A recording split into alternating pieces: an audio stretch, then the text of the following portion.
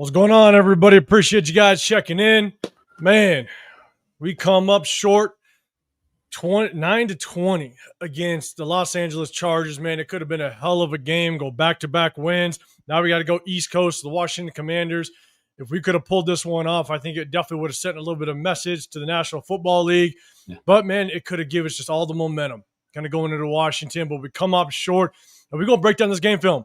Yeah. We're going to take a look at it. We checked out the All-22, and we're going to throw some clips out there and just kind of show the good, the bad, the ugly. There was some good. But I'll tell you right now, the one common factor I kept looking at was, why did we get away from the run game? We passed the ball 43 times, but there's a specific way that we attacked them within our run game that's definitely throwing a lot of question marks out there, at least on my end. Just the formations that we're using as we kind of attack teams with our run game. And I'm going to kind of break that down. I'm going to show it. Obviously, a lot of question marks with our offensive line. I'm going to throw up plenty of clips to kind of show the offensive line, I think, where we failed quite a bit. And just not just the offensive line, but just the passing game in general. So we're going to go offense, defense, the good, the bad, the ugly. We're going to have fun with it. So, man, I appreciate everybody checking in, man. You guys are in the Raider War Room. If you can, hit that like button, subscribe, turn those notifications. We do a sub-only chat just to show our appreciation to all of our subscribers. So hit that sub button if you can. I'm going to hit up the chat in just a second. Chris will be with us in just a few minutes, but let me throw it to Severe, man. How you feeling, man? Hey, man, you know what? Another tough loss, man, but had a great weekend with my bros, man. You, obviously Chris, man, my guy Dub, man. Much thanks to Dub for making it all happen. Also, big shout out to my guy Turf, the Ultimate Raider Fan 32. So make sure if you guys haven't done so already, head over to Dub Raiders channel. He has a great channel over there. Also to Turf's channel, the Ultimate Raider Fan 32. Both of those guys, man, you know, they were integral in this past weekend happening for the War Room, man. And it was a blast until the game. Like the game was the worst part of the weekend. You know, the fight was great. You know, the Sunday at Loon's, man. Shout out to Loon for inviting us to his pool party. Also, you know, go over to Loon's channel, Raider Allegiance, man. Fantastic pool party, free to get in, free food, free drinks. You know, raffled away prizes. So fantastic event. You know, shout out to him for doing that for Raider fans that were able to show up to it. So, man, it was just a great weekend until the game. And then, you know, then it was a great weekend after that too. During the game was only worth right. It was great after that too. And thanks to somebody else, we're gonna bring up on the screen. Chris, what up, man? What's happening, man? Another big piece. This entire weekend, this entire setup, without question, man. Rocked out with my guys. And maybe if you guys haven't, and wherever you're watching from, make sure you guys get over to Chris Petecarroll podcast as well. Hit that like button, subscribe, all the fun stuff. You guys know what to do. But, man, Chris, hope you recovered well from the weekend. But how you feeling? Man, feeling good. My voice is still kind of going, man. Oh, all of us. Yeah, but had a blast, man. I kind of heard what Severe was saying. It was a fun weekend, man. Like, honestly, hanging out with my brothers, man. We had a blast. We kicked it. You know, that game literally was the worst part of the weekend, man. Kicked it with Turf and you know, watched the fight and just a lot going on, man. So it was just cool, man. It was definitely cool. But we got a lot to talk about. I finally had a chance to rewatch the game. It was worse than I thought. We got a lot to talk about. And if you watch the All-22 and you get that sky view of just how the receivers and stuff, man, it's a tough watch. And I'm telling everybody right now, like, you know, if you guys are here looking for the Kumbaya stuff, this is not the show for you. This is probably not the episode for you. You know, if you're Mr. Positivity and think we're going to the Super Bowl and think that we're, you know, going to you know, win all these games and all that, this may not be the right one. So you can always check back with us another time. Exactly. When we're in a better mood, but we watch this game very closely and we got something to say. So just prepare, buckle up. Let's get it. It's going to be interesting, man. We're going to break down the game film, but I'm going to say what's up to chat before we get in. But yes, I just want to say thank you to everybody that linked up with us, that we were able to chop it up with. You know, at the end of the day, we were bouncing all over the place. Like, we didn't know where we were going to next because there was a couple places we could go, and it was just hard to link up with everybody. But the people that we were able to, thanks to Turf, like Severe was saying, we get to go watch the boxing match over there and have a damn good time with Leo, Raiders Food Chris, those type of guys, man. Just the weekend from start to finish, except for that about 3-4 hour time frame on Monday night. Everything else was live, and we all had a good time. Especially the tailgate, man. That tailgate was popping, and everybody was ready. So shout out to in the Raider Nation Live guys. You got Gravy, you got Low, you got Gabe. You know, we chilled with them in their spot with their tailgate, and man, shout out to them. Appreciate everybody rolled through. And last but not least, Myra G, just trying to connect everybody together, man. She was the one just trying to make sure everybody could link up. So, man, shout out to her. All right, let's get to the chat, man. Bro, man, what's going on? Appreciate you. Herman in the building. Appreciate you pulling up. Sacktown, I see you. What's going on, man? John, one guy I could not link up with, man. Next time we definitely got to. You kept telling me I'm at the Luxor, and you're at the Luxor, and, man, we were like in 20 different places, man. But next time for sure. But I appreciate you popping in. Mike Cavelli in the building. What's happening? What up, Mike? Daniel Kim, what's going on, man? Fortunately and unfortunately, looking forward to this breakdown discussion. Yeah, it's going to show the good, the bad, the ugly. Not so much good. What up, John? What's happening, man? Enough Prozac for the whole season. Let's hope we turn this thing around. Lakeshore Raider. Prozac ain't going to help with this team, man. It's going to be tough. Lakeshore, what's up, man? Appreciate you. Isaiah, what is happening, man? Okay, let's go. Let's get into this.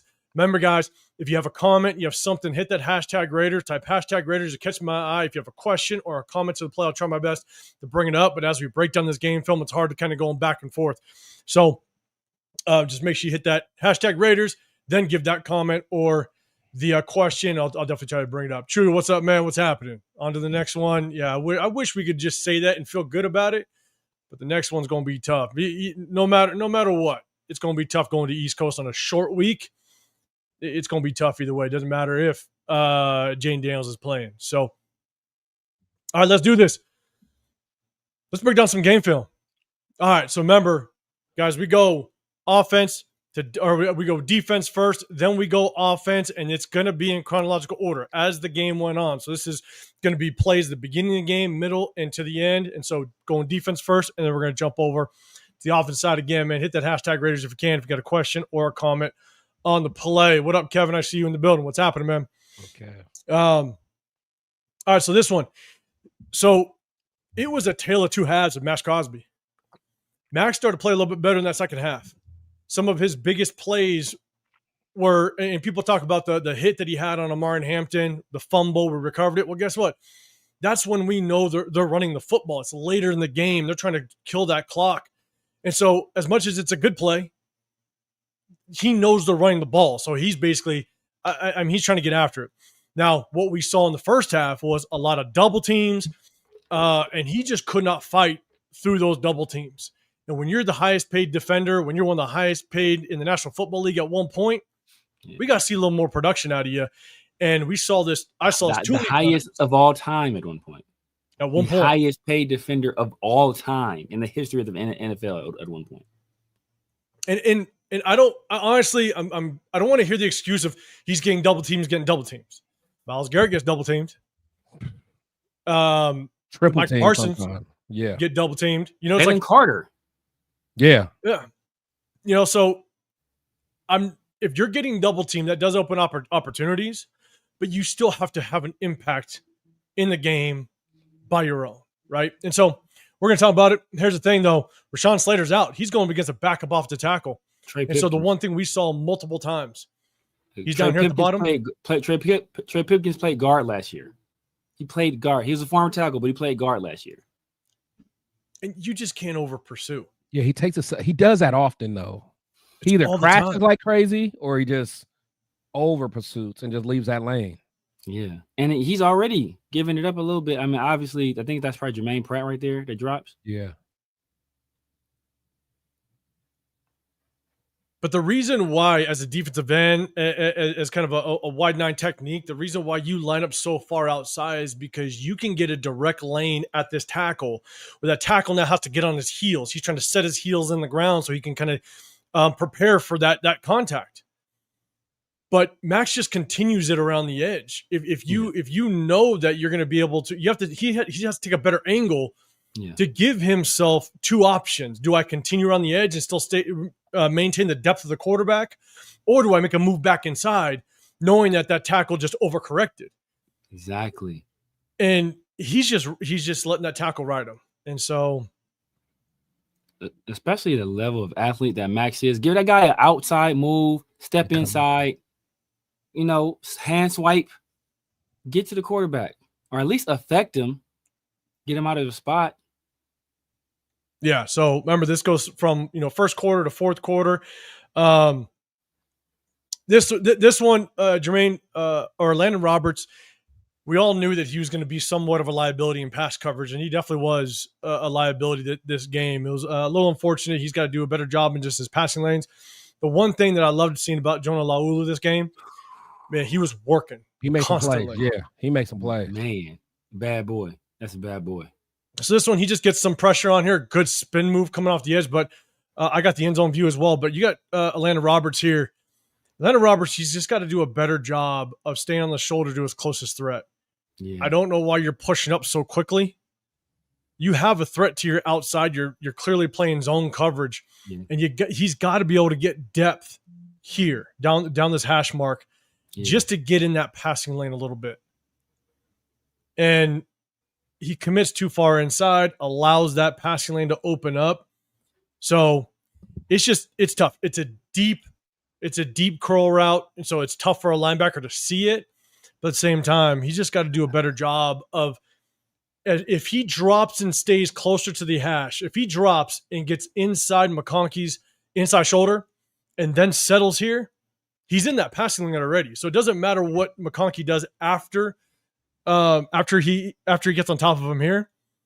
Landon Roberts he's got to be better at just getting this passing lane a little bit. Yeah. Run that play one more time. Run it through one more time.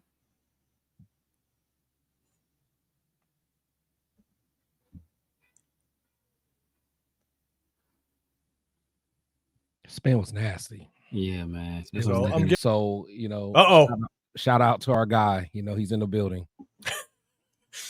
Let's go. John Fallon, you're saying Raiders, they seriously need to move JPJ to center and keep Geno under center for play action, not in shotgun. We'll take a look at it, and I'll tell you, and when we get to the offensive side, I'll kind of give you my takes on the offensive line as a whole. But let's see. I'm going to say what's up. So what up, Leo? I'm telling you, Max, you got to call it, man. He just did not have a good game. He didn't have a good game. He flashed a little bit towards the tail end, but a lot of it was in situations where you knew what that offense was doing, what they wanted to do. And so don't get me wrong, I'm not giving up on Max. That's not the point of that. It's just saying, look, like he has to do better. No, fact. That's it. No, I mean, Cheeto, what Cheeto was referring to is last week, he was critical of Max in that first half, and people came after him with pitchforks and torches. Okay. Yeah, my bad. Yeah. So he was like, oh my God, we're allowed to do that now. Like, man, we've been allowed to do that. Like I said, we don't pull no punches over here. Whether we love you, we like you, or we don't like you, we go, hey, whatever we see on film, whatever you put on grass is what we're gonna talk about. If you put some good stuff out there, we're gonna talk about it. If you put trash out there, we're gonna talk about it. And especially with Chris drink, if that's Hawaiian Punch, that's the blackest drink in America. That is the blackest drink in America. So, like Chris is on his Hawaiian Punch right now. Right? This man blood sugar is 1,000 times higher than it should be. 1,000. But yeah, like for me, like I love Max. I love his effort, man. But I for sure been telling people since last year, like I don't think he was a top 3 at his position. And people thought I was crazy, that I was a hater and all this stuff, man. These other guys are they can take over a game. I just have not seen Max do it. I mean, Max will have plays, he'll play good throughout the game, and he's a beast. Has an endless motor, but he just does not take over games like that, man. He just does. Like you watch Myles Garrett goes crazy, absolutely crazy. And he just don't have no help. Like, man, I love Max, man, but I mean, we're always gonna be objective over here, man. 100%. Yeah, Leo, man, I'm happy. I was just happy I just, get down on the grill with you guys. You know what I'm saying? Bring some food in, have some fun, man. But we had some fun, man. That was cool. And by the way, this is sugar-free Mountain Dew. Sugar-free. That's what it is. Okay. That's the sugar-free. Okay. All right. Where's the sponsorship at? Exactly. Right. You know what I'm saying? Oh man. Man, Case Raider been saying Max overruns so many plays. He's not winning us anything. And again, we showed it a lot last year. This isn't the first time we do it. We broke down game film last year. We showed it last year too, so we knew that was, just kind of an ongoing issue and something that he definitely needs to just kind of tighten up a little bit. All right. So next one. Hold on. Wait. Go to that comment you just put up. This one. Go for it, Chris. Yo. JPJ the center, Charles Grant left guard, and Parham right guard. What do I say? Absolutely not. You want Charles Grant and Parham in at the same time? Yeah, no. I mean, I think he meant Caleb Rogers. I think maybe Caleb Rogers is who he's thinking of. Because Grant we kept at tackle. Caleb Rogers was converted from tackle to guard from Texas Tech. So maybe Caleb. Still though, I would put Meredith. I would put Meredith back at left guard. Yeah, I would put. Hey, I would try Caleb at guard. Try Caleb at guard. It can't be worse than we have. It can't be worse. Exactly. And my thing is, and as more I watch, man, like I know people are gonna try to kill Kappa. Kappa played way better than Parham. Yeah, he did. Way better than Parham to me. So Parham was the worst out there to me. So Parham was bad. Was not good. Kappa was better than I expected. Still wasn't good. He's still better than I expected. Yeah. The hardest thing, Parham, though. Right? Yeah. The hardest thing with Meredith is Meredith has to get the snap down without question. And the other thing with him is I think he's having a tough time adjusting to the center position in the sense that he doesn't look like he has the same awareness that he had at guard. But why his would eyes he? aren't quick. Why would he? And it's his first time ever playing it. Center. He's out of position. I know he never played center in college. I think he played center I think it was actually I take it back. I think he played center one time in the preseason 2 years ago. Right. But it was literally like one or two series. Right. That's it. That's what I'm saying. But we knew all this going into it. We knew. I mean, yeah. But we did. It is what it is. Aiden O'Connell in the building. That's our savior in a couple of weeks. Don't worry, guys. Oh, Aiden, man. Hey, Aiden O'Connell at left guard. All right, let's go. Let's do it. He's gonna be back. What up, Coach? What's going on? People act like Max is Ray Lewis out there. Right. Yeah, like he can't be criticized. And I love Max, man, but we gotta keep it real. Yes. Raider Felon. Hey, we've been pointing out for a long time, man. What up, Dixon? What up, DC? What's going on? Juan, the building as well. What's going on? Okay. Let's do this. Okay, let's get to the next one. Again, this is Max, and this is even him jumping off sides. And we saw this quite a bit last year where he jumps, tries to time the snap, and it just hurts us at times. And this is where they gain. I believe they get down to the 36-yard line. Yeah. Just over pursues. And here's the thing. Slow running back go. I mean, the slow quarterback. Oh, bad. Yeah, hey, look. Hey, if this had been Robert Spillane on the field right now, that's a touchdown. That's a touchdown, Justin. That's a touchdown. So, again, it's just a bad over pursue by Max. Yes, he gets the double team, but, man, he's got to at least try to maintain the depth of that quarterback. Stay there, fight your way inside. And at the same time, when you get the double team, sometimes you're not expected to make the play. Yeah. But the thing is, maintain that outside, keep the depth. If Herbert moves up in the pocket, move down with him. And just make sure he doesn't escape that way. Don't create such a massive distance between you and your interior defensive lineman to where Herbert can just jog his ass to 11-yard gain. Yeah. So, yeah, it's tough to watch. All right, here's Laulu's sack. He's down here. I believe I have the end zone view as well. He got double team there too. Still made a play. And I love he just continues to work. Yeah, he does. That's exactly what I was going to say. You know what? And I know you may not like this 805. What Jonah's showing me is a lot of stuff that we saw from Butler last year that I'm not seeing from Butler so far this year. Just constant movement. Because you watch Butler here, like he was still working. Yeah, he was still working, still fighting at least. And it's tough because from the very beginning, he's now going to get the double team. Exactly. Yeah. Exactly. Yeah, it's going to be tough. We said that too. We definitely said that. Yeah, last year he was under the radar a little bit. Yeah. So now he's like, all right. He was. But that's what Butler said it himself. Butler said it in the offseason. He's like, man, Jonah reminds me of me. Yeah. A lot of my same strengths he has, a lot of my same weaknesses, my issues with the run in the beginning of my career. Like, he's me. So he's like, that's why I'm taking him under my wing. So, and it's showing. Yeah, the only tough part with Laulu, and you see it in the film, is sometimes he gets washed down in the run game a little bit. Yeah. But I'd probably give him like that 78, that 70-30 rule. 70% of the time, he does a very good job. There's that 30%. Where it's tough, but he's also still he's not the biggest defensive lineman. Exactly. And so when he goes up against bigger, stronger offensive linemen, it's just a tougher matchup. But no, he's doing pretty good. For probably not expecting to kind of have that limelight on him with the Christian Wilkins crap. Exactly. So this is a big stop by Leki Fotu. Overall, watching the game film, Leki Fotu, man, like he's very hit or miss. He's very hit or miss. Sometimes he gets washed down. Sometimes he just lets guys drive him backwards. But there's also times where he'll come up and make a big play. So Leki Fotu, who's down here right in the middle, this is just a hell of a stop. Oh, busy. Hell of a play. Busy. And when you can do that, bro, that means when I see something like that, that means you can do that every play. It's your level of effort. Off me. Get off of me.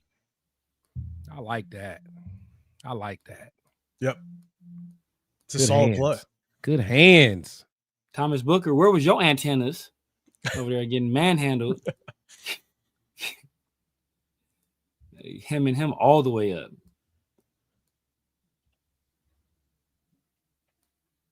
It's a hell of a play by Leki Fotu, man. Yeah. Let's go. All right, so this is Herbert's first touchdown pass. Kind of the deep crosser going in the back of the end zone. I'll kind of play it all the way through. I think it was hard to get the end zone view really didn't show much, so I think I only have the sideline view. Again, I got to zoom in to kind of trick YouTube a little bit. You don't see it, but you see the action across the back of the end zone. Yeah. Let me go back. It's Keenan, right? That was Keenan? Not that caught that one? Yeah. Yeah. Yeah, I hate he scored. Yeah, he talk crazy. I know. Stuff. No. The thing is, it's so you can't really blame too much of that on the DB because that's a long time to try to. It's a long time to cover. Yeah, it's a long time to cover, man. Yeah, it is. And here's the thing: we're zoned up. We're zoned up across the board. So if you see the action up top here, right? I'll play it all the way through. You got Jeremy Chin that passes on. So he passes, and then he comes back. So we're zoned up here. We got a defender here off the screen. You got this is Harper down here. So we're completely zoned up. You also have Adam Butler that drops back into coverage. Yeah. So we're zoned up. Where Isaiah Polamalu, and this is hard. This is difficult. Isaiah Polamalu, he should go with this crosser because you got a threat down here. You guys may not be able to see it. You got a receiver down here in the flats.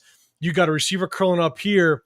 You got defender, and then you got the deep crosser. You would like Isaiah Polamalu to go with the deep crosser because there's no other threat. You don't want to just sit in grass.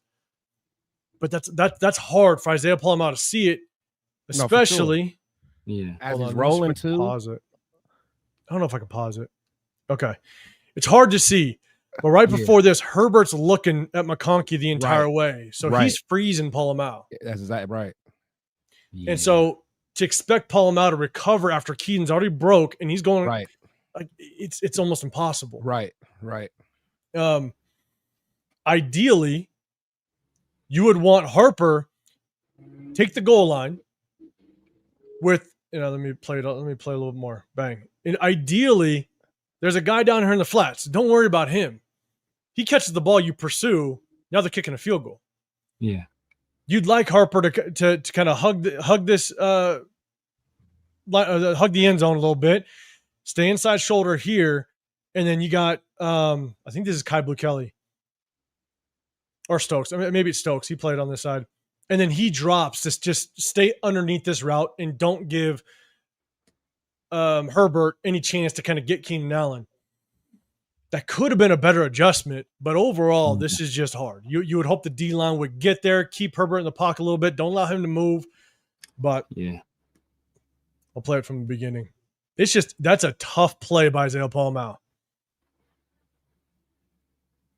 He sees it late. Now they got to recover. There's nothing you can do. There's really nothing you can do. There's nothing. Because especially like you said, with Herbert looking off that safety or like freezing him.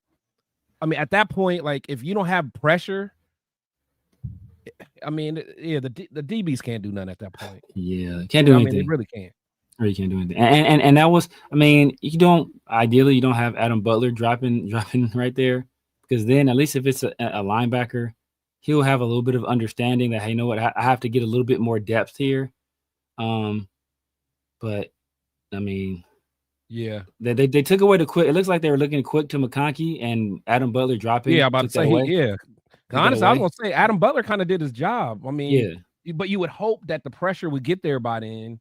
Yeah, because it's both. It looks like both Max and Devin White went outside, so they left a freeway size lane, right there. So he goes outside there. No, he went the other way. And, okay. And to be honest, Pratt didn't blitz too well. He's 5'7", right? 57 years, Pratt. Yeah, his blitz was, he got. Yeah. I mean, Dev tried to get. He tried. Yeah. He took away the other lane, but it was tough. Man, Herbert is athletic, man. He's athletic. Man, Daniel Kim.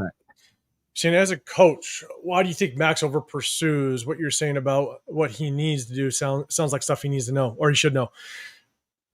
Yeah, I think I can't tell you why he over pursues, to be dead honest with you.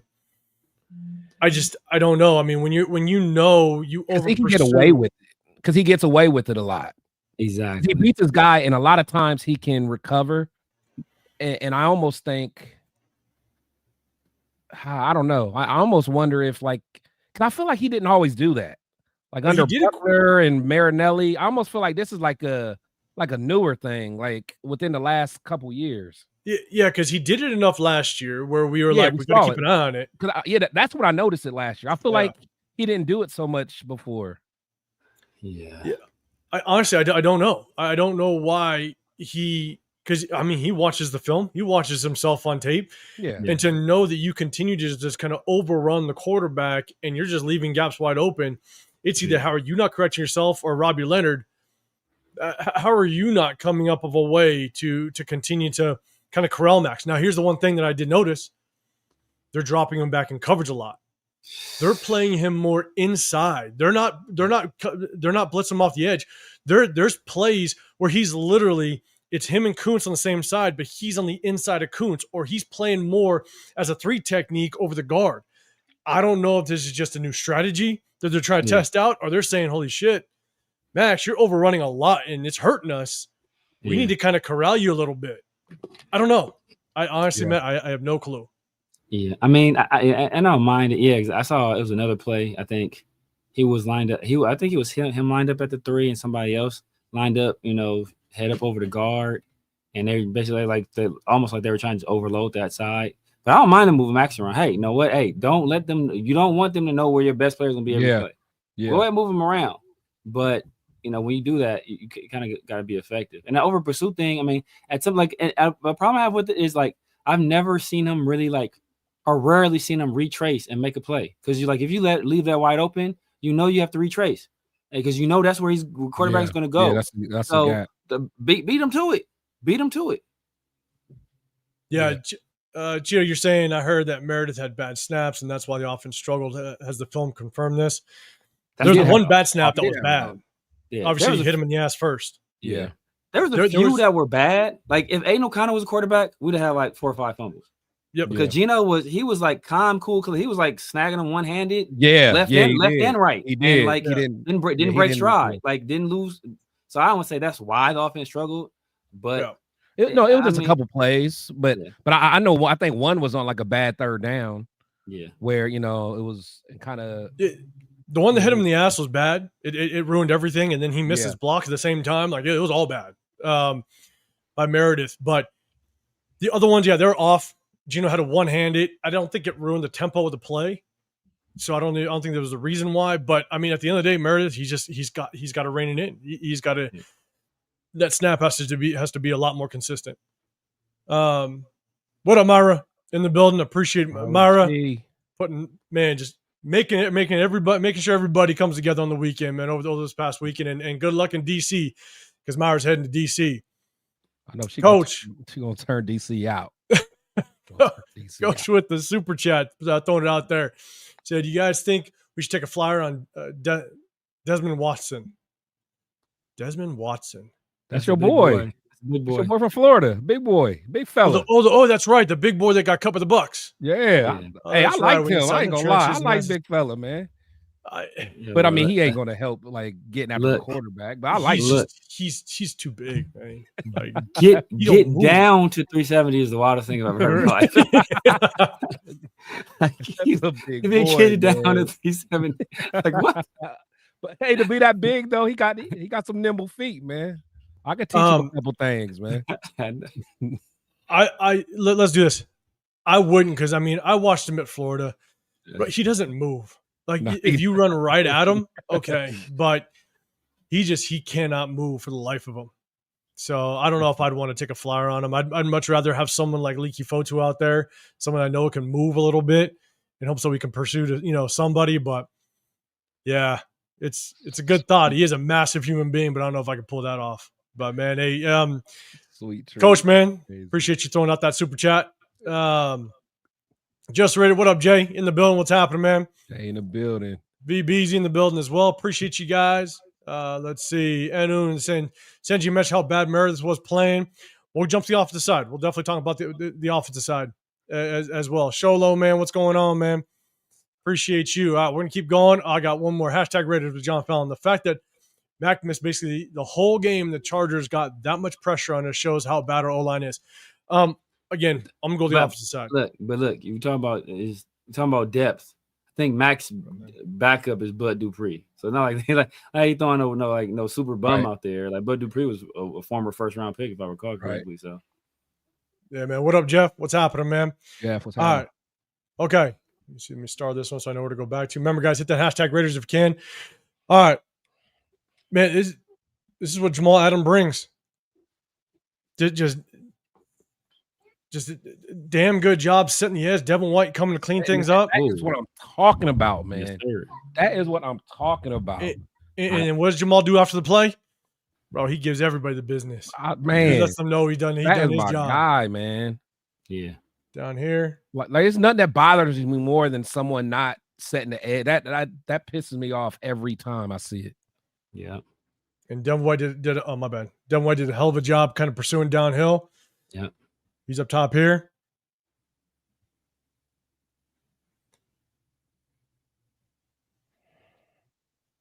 I love it. Love it. Get him, Dev. Yep. Get him, Dev. But and I'm gonna give it to Landon Roberts. He does a really good job. It looks like he's about to over pursue the play. And he takes on the blocker, fights his way to just kind of get back involved in that tackle. It almost looks like he's an over pursue. Yeah, he's able to fight back. Yeah, that's good. That's good work, man. That's good. That's just good linebacker play. Yeah. Do we? Is our linebacker coach new? Well, he would have John Glenn. Yeah, John Glenn. Yeah. He got them boys playing, man. For the most part. We got some horses out there too, though. He got some horses out there too. Right. Oh yeah. That's the thing, man. See Divine Diablo though. The Falcons. You got Landon Roberts again.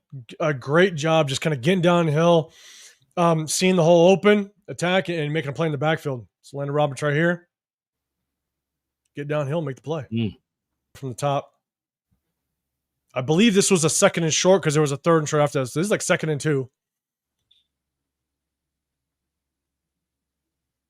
But man, you cannot complain. The linebacker that's gonna just kind of be that thumper on the defense. So one more time up top.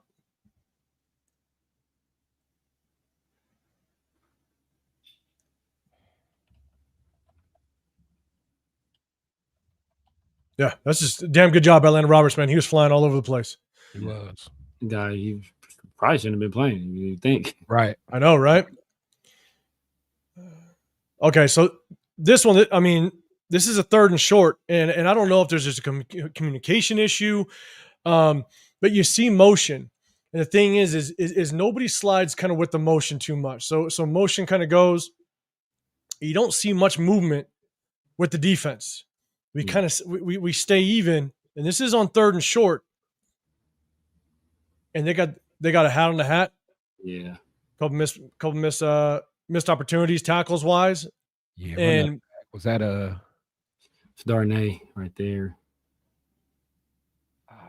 See, he's I'm not even too mad at Adam Butler on that. I'm not too mad at him. I just wish someone could. Let me see what the linebacker did. Yeah, Adam Butler here. Yeah, let me see what Devin do on this. He looked like he was trying to take the back door, but and it was.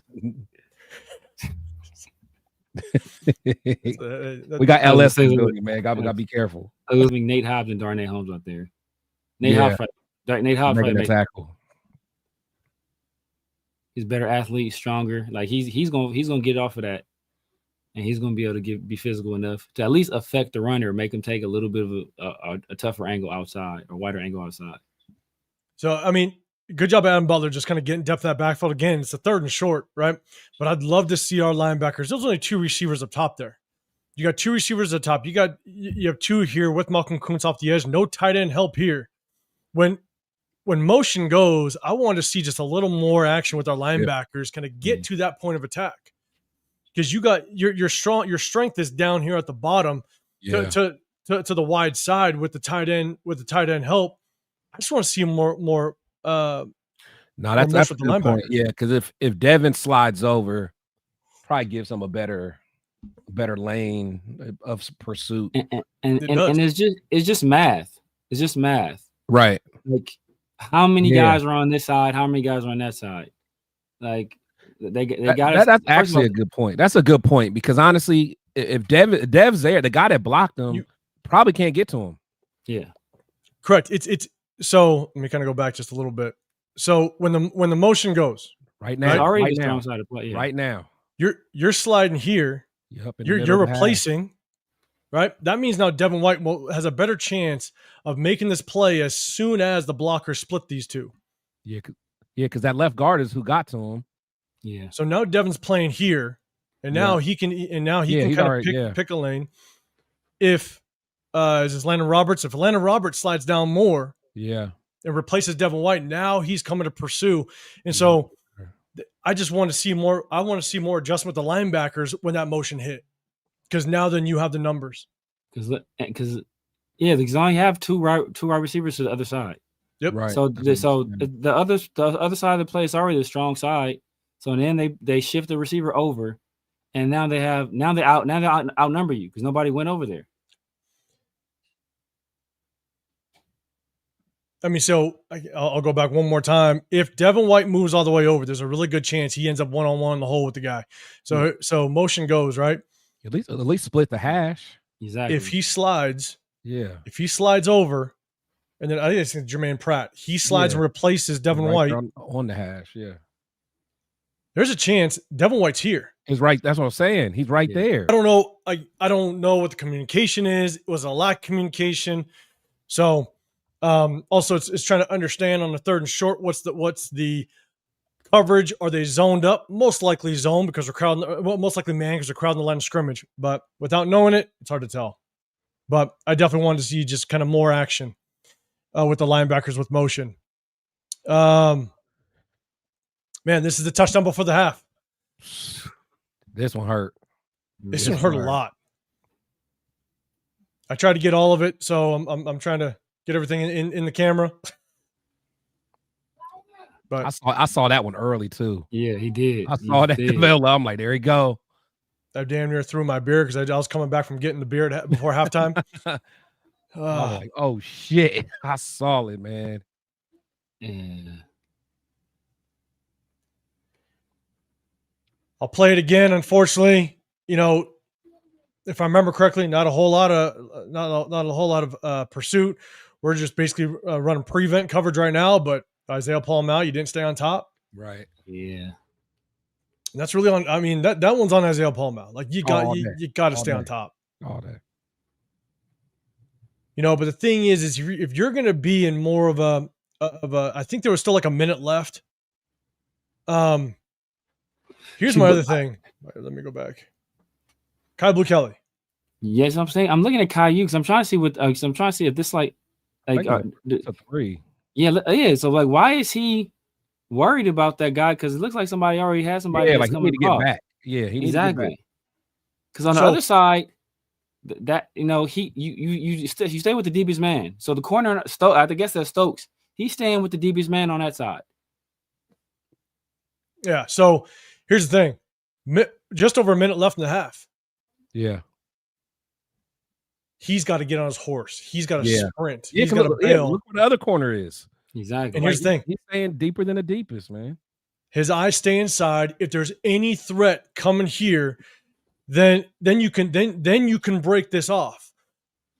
But you need to get on your horse, and you got to be like Chris, you're saying, right? You look where Stokes is. Yeah. You got to just fly. Because you don't look, he's affected by that route, but he has help there. Yeah. So why are you letting that route coming across? First of all, you know the situation.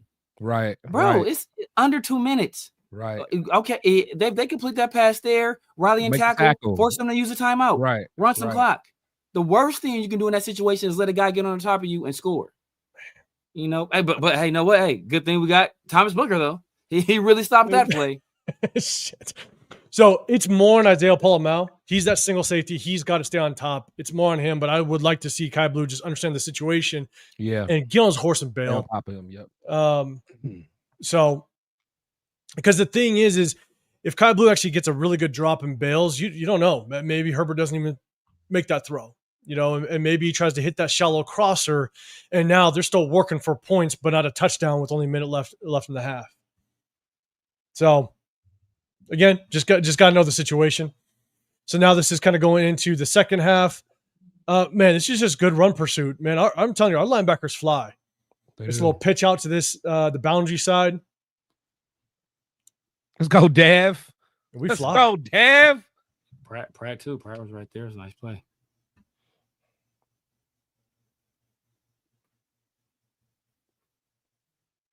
You get Dev at the top of the screen. I think he's here. You see his legs. Yeah, Pratt. That's all you can ask, man. Make him go inside. Make him go inside. Who was that about to get a penalty right there? Flying on top of the pile? Man, stupid stuff, man. Like, what? Why? Why the hell would you do that, bro? Is that Max? Yeah, it's Max. Bro, what the hell are you doing, bro? That's like, come on, man. This is stupid stuff. Like, why?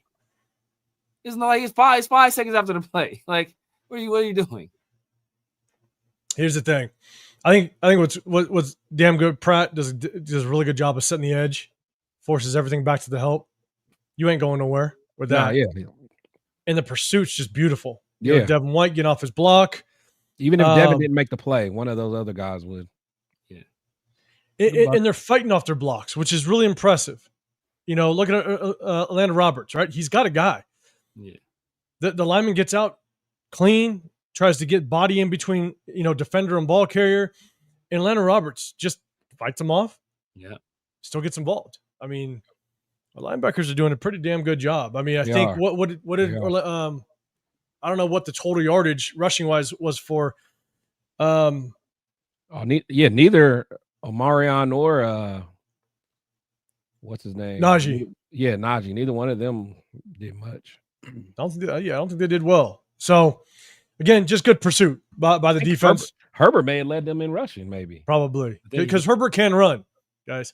Herbert can't run. You didn't know. Yeah. Did you know that? In case you didn't know, chat. Because apparently at one point I didn't. So, all right, let's see.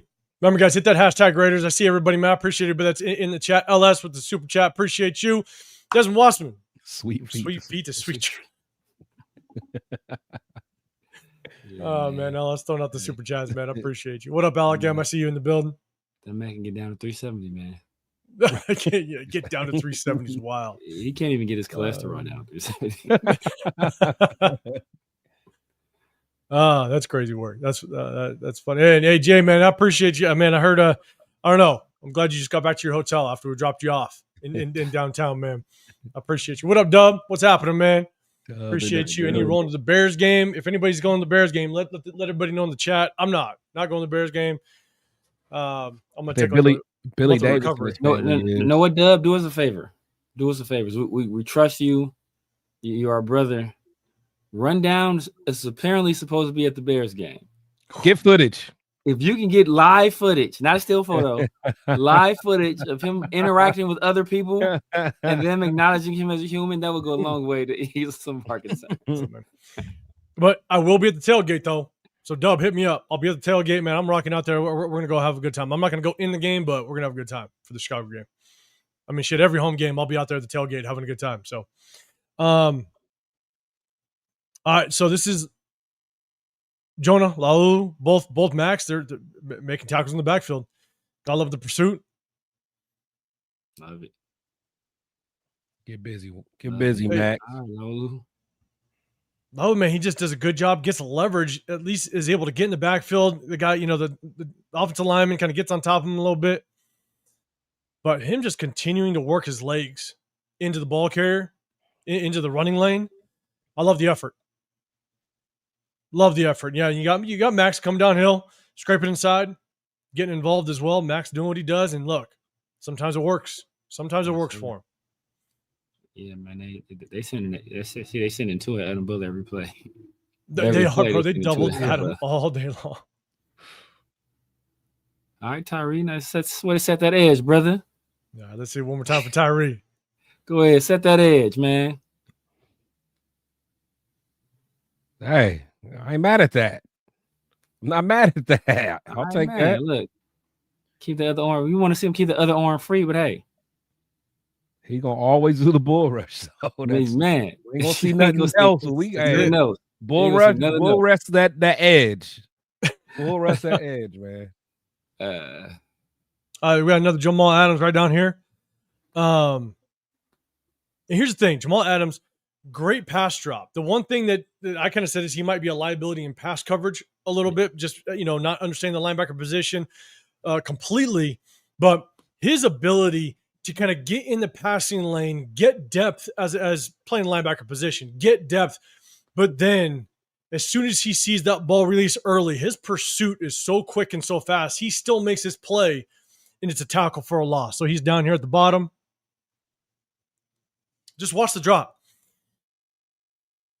Gets a good drop. He's able to kind of get in the passing lane. Yep. He still makes his tackle for a loss. Open field tackle, baby. That's beautiful. Telling Jamal, man, beautiful open field tackle. I love the athleticism. And you see, and the thing about in the past that Dev is right there too. Right, Dev is right there too. So the speed we have at the position is just it creates more margin for error. Because if he doesn't finish that tackle, Dev is right there to clean it up. Right. So I love seeing the athleticism, the way he moves. What up, Gravy? What's happening, man? It's good linking up with you, man. Good kicking with you and Low. And Gabe, man, it was fun, man. Appreciate you. And at Luna's pool party, man. It was fun, man. Look at Tyree doing. Let's see Tyree doing this play. What up, ASAP? I see you, man. All right, let's go. You want to watch Tyree on this one? We'll go through this Tyree real quick. Let's see Tyree does. I just want to pick on Tyree for a second. I want to see if he does anything different. We're about to get to the offense. Same thing. He tried to curve the bull rush inside. He's still bull rushing. He tried to bull rush and ran. Man, I love you, Tyree, brother. Yeah, you just want to see Tyree one more time. Because that's what Tyree did all game long. It was one of these plays. He's going to do a different move. One of these days, he's gonna swim the hell out of somebody. Hey, you know what? You know what's gonna happen? Tyree gonna be here. Raiders gonna be in the Super Bowl, and we're gonna need a sack. And they're gonna be expecting the bull rush. And Tyree gonna hit him with the swim. I've been saving this for 10 years, baby. I set up for this very moment. Y'all got no film on this move. I set it up. I was playing the long game. The long game. This is actually a hell of a play, man. It's tough because I want to show this because I'm telling you the Chargers. I mean, and I'll say it after we talk about defense and when we're done going over the defense. I definitely want to jump to the offensive side real quick. The Chargers did a hell of a job of understanding when we're sitting in zone and understanding when we were blitzing because they hit so many hot routes. It was all game. It was all game long. Yep. Anytime we sent blitzers, linebackers, corners, not corners. No, we never blitz corners. Just safeties coming off the edge. They knew where that hot route was. I mean, you can just tell this offense was just prepared for anything the defense was going to do. If we sat in zone, bang, they just felt they found the soft spots in zone and just exposed it. And so this one, Atlanta Roberts, this is 4th and 1. And this is a hell of a play call. They bounce motion. So motion comes down one way. They bounce it back just to kind of see what coverage we're in. They find out that we're in zone on a 4th and 1. Fake the handoff. Atlanta Roberts gets out of the passing lane. And Herbert hits, I believe it might be Keenan Allen. And hits Keenan Allen on a deep dig route. Quick. Yeah. Yeah, it's nice. You see it even better on the end zone view. It's 4th and 1. It's like they just knew that they were just going to go after. They're going after Atlanta Roberts. You see him. He bites. He removes himself from the dig route, the lane of the dig route. They bounce the motion just to see what coverage it is. He gets out. He gets out of the lane. Yeah. And they just picked on Atlanta Roberts on that one, unfortunately. So they just. I'm telling you, from offense to defense, they just outcoached the shit out of us. Oh yeah, all game long. They were just the more well prepared team. In all honesty, this is a sequence of down. It's late in the game, down on the goal line. I'm gonna run these pretty quickly because we want to jump to the opposite side. You got Jamal Adams, man, saves a touchdown. We end up stopping him for a field goal here, and Jamal Adams, man, fights through the block, does a good job. If he doesn't make this play, it's a walking touchdown. Oh yeah, for sure. He's off to the right of the screen. You'll see him pop in. And that was on 3rd down. No, I think this might have been on 2nd. Oh, okay. Because on this one, this is down on the goal. No, sorry, that might have been on 1st down. This is 2nd down on the goal line. This is a really good job of Laulu. Unfortunately, again, he's just kind of undersized a little bit against his Charger offensive line, but does a good job. He does a good job. He does. Yeah, he does. Yeah, got him at the bottom. It's nice. One more time, they'll get to the last. I think it's the last defensive play. Adam Butler just it did happen all day. He's working there. He's working. He got off that first block. He swims one guy, then the pull guy tries to get him. Yeah. Oh, yeah. He got off that first block. Yeah. That's Becton, right? Yeah, that's Becton. No, he gets off of. Becton is the guy pulling. Yeah. Yeah. He abused Alt. He did Alt dirt. He did to Alt what I ain't seen Max do that last year. I ain't see Malcolm Goose do that this game. We'll put one time on top. Alt's worst rep. Adam Butler did work on this play. He did. Get off me. Yeah, but he has good hands, man, to be a DT. Doing that to a left tackle too? Yeah. I know. Yeah. No, so this is just damn good pursuit on the outside. I mean, they this is the big stop. You got Jamal Adams getting the backfield, Jeremy Chin. They tried to just bully us up the middle, and next thing you know, you just got all the outside pursuit. It's just such a delayed handoff. Man, good play. I'm talking about Palomino and Jamal. Get fired up. Talk that stuff.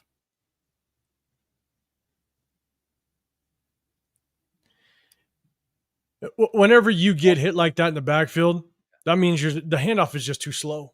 You're letting the guys off the edge get there. Were they faking a fullback dive? Is that what they were doing? I don't know. No, it's just like straight ISO coming at your ass. Okay. I'm trying to figure out. I mean, because it looks like Max jumped inside. Yeah, Max was all about to do. Yeah, he's prone to do. Yeah.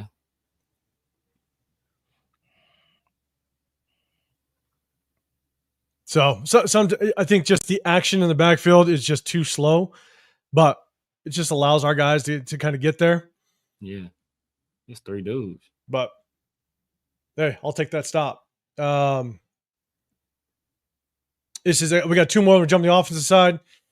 So this was actually the 4th and 2. So I'm telling you, Jim Harbaugh, he went on it He went for it multiple times, man. He was pressing us. And so this is kind of the speed handoff.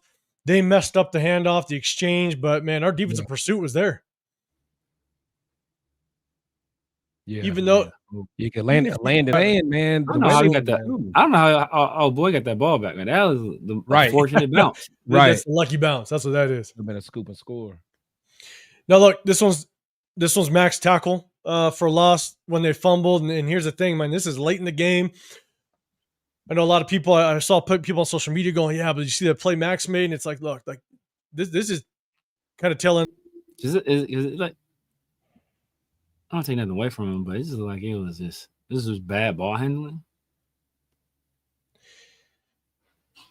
I don't know. He hit something very close to exchange. He made it. He made the play. He made the play. Yeah. I mean, either way, to get it back there at the time of the exchange. I mean, that's doing work. And that his get off created that because he beat Buddy. I think what's that Hunter Henry. That he beat him like a drum. He's supposed to be like they're trying to block him with a tight end, which is foolish.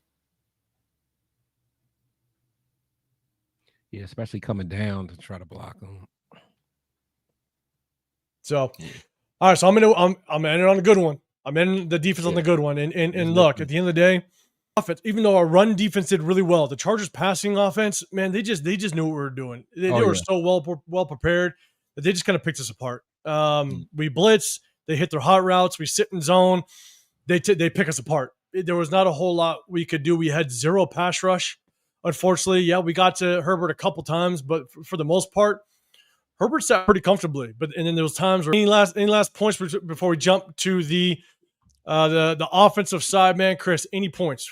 Our defense against their offense. What were your thoughts overall? Yeah, no, you hit it right on the head, man. I felt like Herbert always knew where to go, for the most part. And honestly, we started off strong, but when your offense doesn't really help you, and you got to just be on the field for all that time, it just never helps. But overall, there was some key players. Like I think Jonah played pretty good for the most part. The linebackers played very well, but again, Herbert knew where to go with the rock, and it was just a tough day altogether. And I put a lot of it on the coaches, man. They just weren't prepared. And like I was saying going into this game, I think it helped out that the Chargers had that early game in Brazil, so they was able to kind of get that early game in, and then they had like them extra days to specifically study for the Raiders, and we just got exposed. We did, and Dub, we're about to have a little bit of fun coming back from that Allegiant Stadium. Oh yeah, that was going to be fun. Severe, man. What's your thoughts? Just kind of final thoughts on the defense versus Chargers offense. What were you thinking? Yeah, man, we gotta get a pass rush, man. We have to get more production out of our pass rush. I don't know what it's going to take, but just the fact that like Justin Herbert on several occasions, he was back there knitting sweaters, right? Signing autographs. Like, he can't have that much time. You can't put that much stress and strain on our secondary, especially as we have a young, inexperienced secondary for the most part. All of those guys, where they're outside of chin, Palomau is what only his second, not even his second year. Well, I guess if you count last year, he came in as a reserve, but this is his first year coming into the beginning of the season as a full-time starter.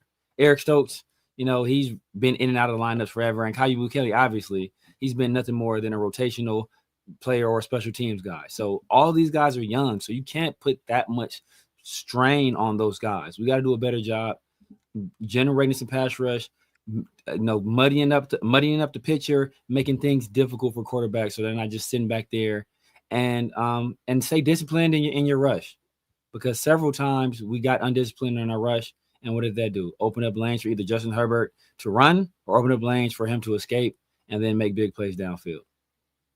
And the only thing I'll add is Patrick Graham tried to establish some pressure, but man, Herbert was just damn good at just understanding where his hot routes were all game long.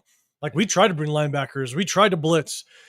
Herbert they were just well prepared for it, unfortunately. And so nothing was able to get home. And you saw it where they dropped Max in coverage. They dropped some D linemen in coverage. You can zone blitz. That's fine. Drop a D lineman in coverage. But it got to a point where they just started sitting base because we could not get home with blitzing our linebackers because they kept hitting the hot routes, and we got out coached, unfortunately. So, Mario Jr. Gino was hung over, man. He didn't play so hot. He did not play so hot, and that's why we're going to jump over to the opposite side. Before we do that, this makes me wonder, and I don't know. I'd have to look at it.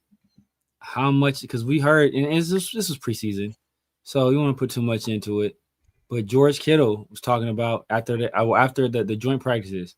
It's like, yeah, man, like they're running the same stuff that the Seattle was running in 2016. Like we knew exactly what they were running the same thing. Like, it didn't change anything. So I'm like, some people thought he was joking. If he was telling the truth, the fact that there was always an answer. He always knew exactly where to go. It lets me know that there ain't no unpredictability there. Like, so I don't know if we didn't change anything, or Patrick Graham is doing what he was doing last year, or we were doing what Pete Carroll was doing a century ago. Like, I don't know what the case is, but something we got to do something. Max was definitely out in coverage more than I would have liked to see, for sure. That's not something that you saw much from PG, to be honest. And so we're going to jump to the opposite side, guys. Remember, if you guys can, hit that hashtag Raiders if you have a question, but also, man, hit that like button, subscribe. You got Chris, the Tech Show podcast on this side. You got the Severe Raider. I'm 805 Raider, Real Talk, Raider Nation. Man, we hit you guys on Sundays or after the game. We didn't this week because we were at the game. We partied, had a damn good weekend. But on Sundays after the game, we hit you with the live, just kind of give our post-game reaction. But then we hit you on Wednesdays. We break down the game from like you're seeing today. So make sure you hit that sub button, hit that like button. We do a sub-only chat just to show our appreciation to our subscribers. So we appreciate you guys as we keep going. Hit that hashtag Raiders if you have a question or if you have a comment for the play. Throw it up there or catch my eye, and hopefully I can bring it up there. So let's jump to the opposite side. This is Gino's pick, route the box. And I'm going to play it through. And I don't know if you see it too well in the end zone side, if I have the end zone, but it's basically this was a replica of last week. Yep. This is the same exact play, just different personnel from last week. Yep. Last week, we ran play action and hit Brock Bowers in the seam. This is the same exact play that we had to open up the play last week. Open up the game last week. It's here to Trey Tucker. The safety went straight down. The safety went straight there. Like, he knew it. And this is all on Gino. Yeah. Because Trey Tucker does a good job of seeing that safety. That safety was flat foot in the read. When safety's flat foot the read, that means that they're going to play high, but they are going to jump on anything shallow. Yeah. And Trey Tucker saw it. And Trey Tucker started to shorten he started to cut that route down. And Gino threw him into the safety. See, Tucker settling. Yeah. Yeah. That's where you hit him. Right there. He threw the ball already at that point, looks like, right? And Gino throws it here. Yeah, he throw it upfield a little bit. That's why Tucker had to dive. Yep. Yeah. That's all on Gino. Yeah. He threw him into the safety. Trey Tucker did a damn good job of shutting that route down. That's all on Gino. But if you notice, like you said, this is the exact same play as last week. Last week we did that same action, that run action to the left, and that action that moved the Patriots defense. They reacted to that action. The Chargers didn't react the same way. Yep. And so again, There was a trend, and if we have time, I'll put up at the tail end. But last week there was 2 plays I couldn't get to, and I saw Chip Kelly legitimately run the same exact play back to back. It was a penalty. It was a closed tight end to one side, trips the other side. Brock went on a drag. It was an incomplete pass, and Chip. It was a flag. There was a holding call. Chip ran the same exact play, the very next play. And I'm saying that's like criminal. As offensive coordinator, you don't just repeat the play. No. At least change up the formation. At least change, and that very next, and he repeated that play, and the entire defensive line sacked Geno on that next play. I mean, it's like they knew exactly what was happening. Yeah. And so you just repeated the very first play, and they knew it, and they jumped it. So, this is Genty's run. Again, we're going to show all the Genty's runs. This is a good run, and I'll play it all the way through. This is his first one, and this is. I mean, it's a good job of the offensive line. That's nasty right there. It's nasty. Lowered the boom. You got to give him credit. I will say, Genty did a better job of making the first man miss this time around. Yeah. This is what I've been looking for, so I will give him credit when I see it. He did a very good job. You watch the O-line. I think Big Mike had a good block on this. They all get a hat on a hat. They all do a very good job. Yeah, Big Mike and Colton. Brock did his thing. I do want to kind of show a common theme, right? If you look at our formation, we're all bunched in, right? Yeah. We're all bunched in. Keep that in mind as we continue to go through this. Bunched in, tight formations. We're letting the defense kind of come inside the box. And so we'll show it one more time. I mean, I'm telling you, the offensive line we'll do this view. It shows it better. Offensive line did a hell of a job. Jordan Meredith does a great job hooking the linebacker. Dylan Parham does a good job. Colton seals off.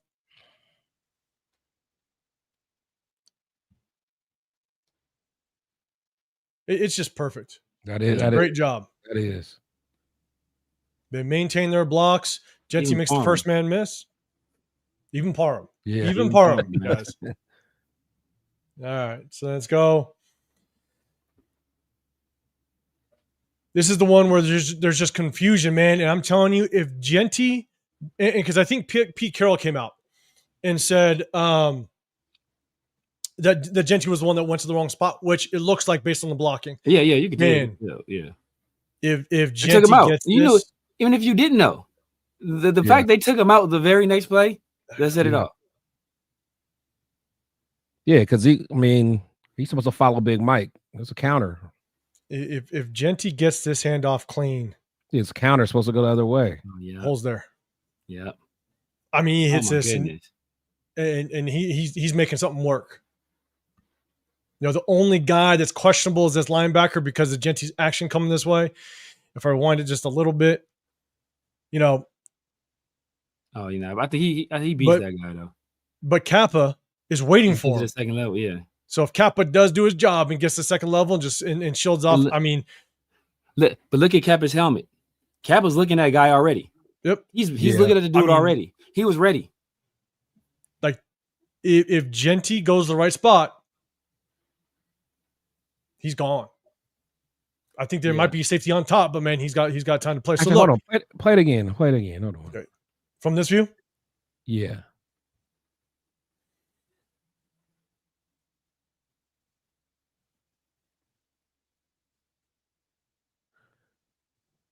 Did he not know the play call? See, I look like.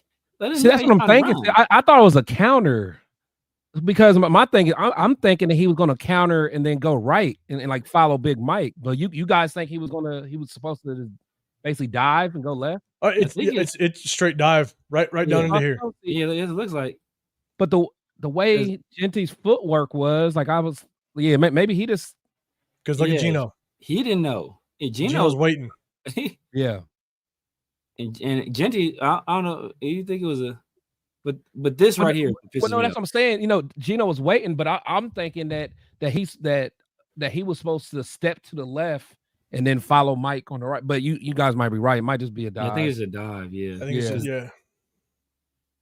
Because he's getting because Big Mike is getting that backside guy, and the lane is right there. So because right now this is basically just a split zone read, and so Mike's can go and kick out. If nothing's here, Genty will take the handoff here. If nothing's here, then can follow. Mayer's trying to create that cutback lane. Yeah. But yeah, that's on Genty. Yeah, now seeing that, that could have been big. Yeah, that could have been big. And just the fact that, like, after you mess up like that, bro, like your hair got to be right there. Your hair got to be on fire. Like you can't just be like, go find work. Go find, bro. Go hit somebody. You know, you go hit somebody, up. Man. Go. You can't just be standing there walking in a daze. Like, bro, you already messed up. Is your head not in the game? Like, protect your quarterback. And there's another play. Oh, you already know. Get to in just a second. Oh, man. All right. Look. So here's the drag route to Deontay. Man, look, drew up the play. You're in man coverage. Good read. You hit him. Clears the linebacker. It's a good play. Get on their side of the field. But, man, Zamir White, hell of a job of stepping up on this one. Yeah. Zamir White actually picks up the linebacker.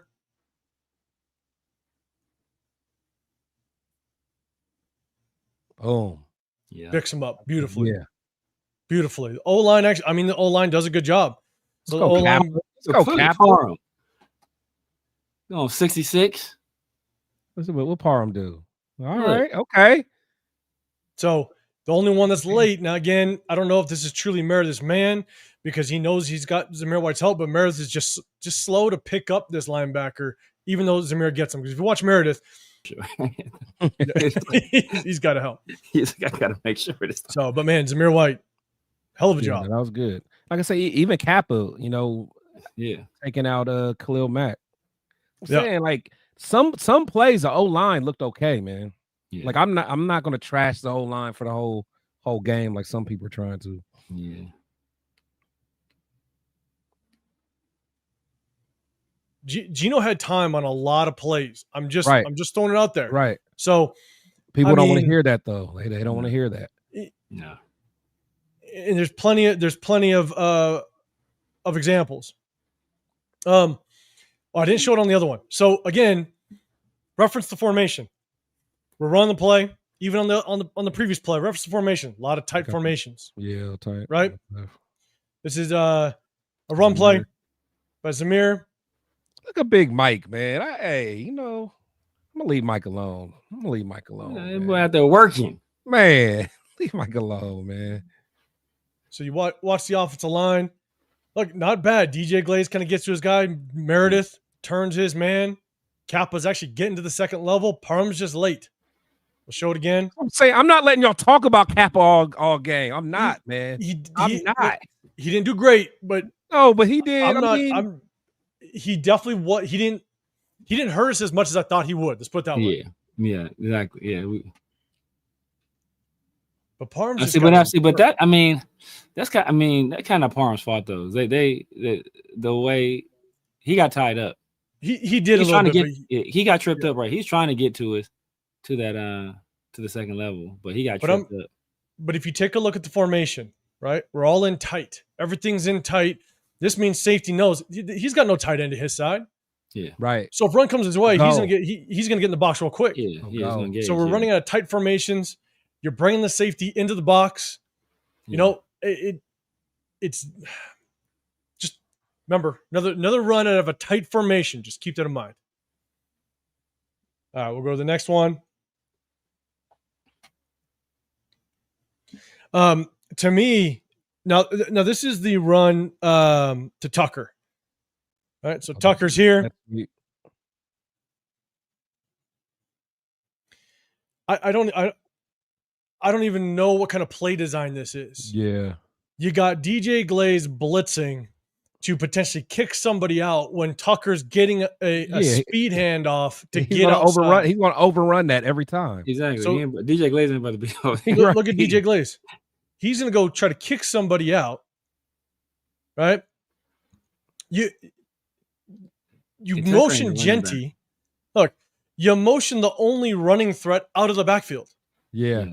Like at least use Genty to hold the defenders kind of in the box a little bit. But you motion Genty out, so now it's an empty set. So these linebackers know I'm just flying to anything, coming back. Everybody knows anything coming back, I got. Like, that's the number one rule as a defender. If Genty goes away, there's only receiver. There's no tight end. This guy, even him, anything comes back, I got it. So it's just, to me, I feel like it's just a bad play design. It is.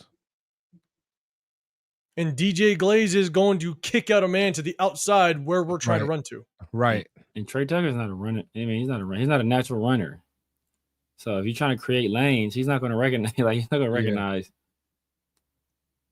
It's just, I don't know. The timing's just always going to be off, especially with Tucker is in tight as he is. Like, it's just going to always be off. Yeah, man. What up, Roth, man? I appreciate you, man. I appreciate the super chat. 100%, guys.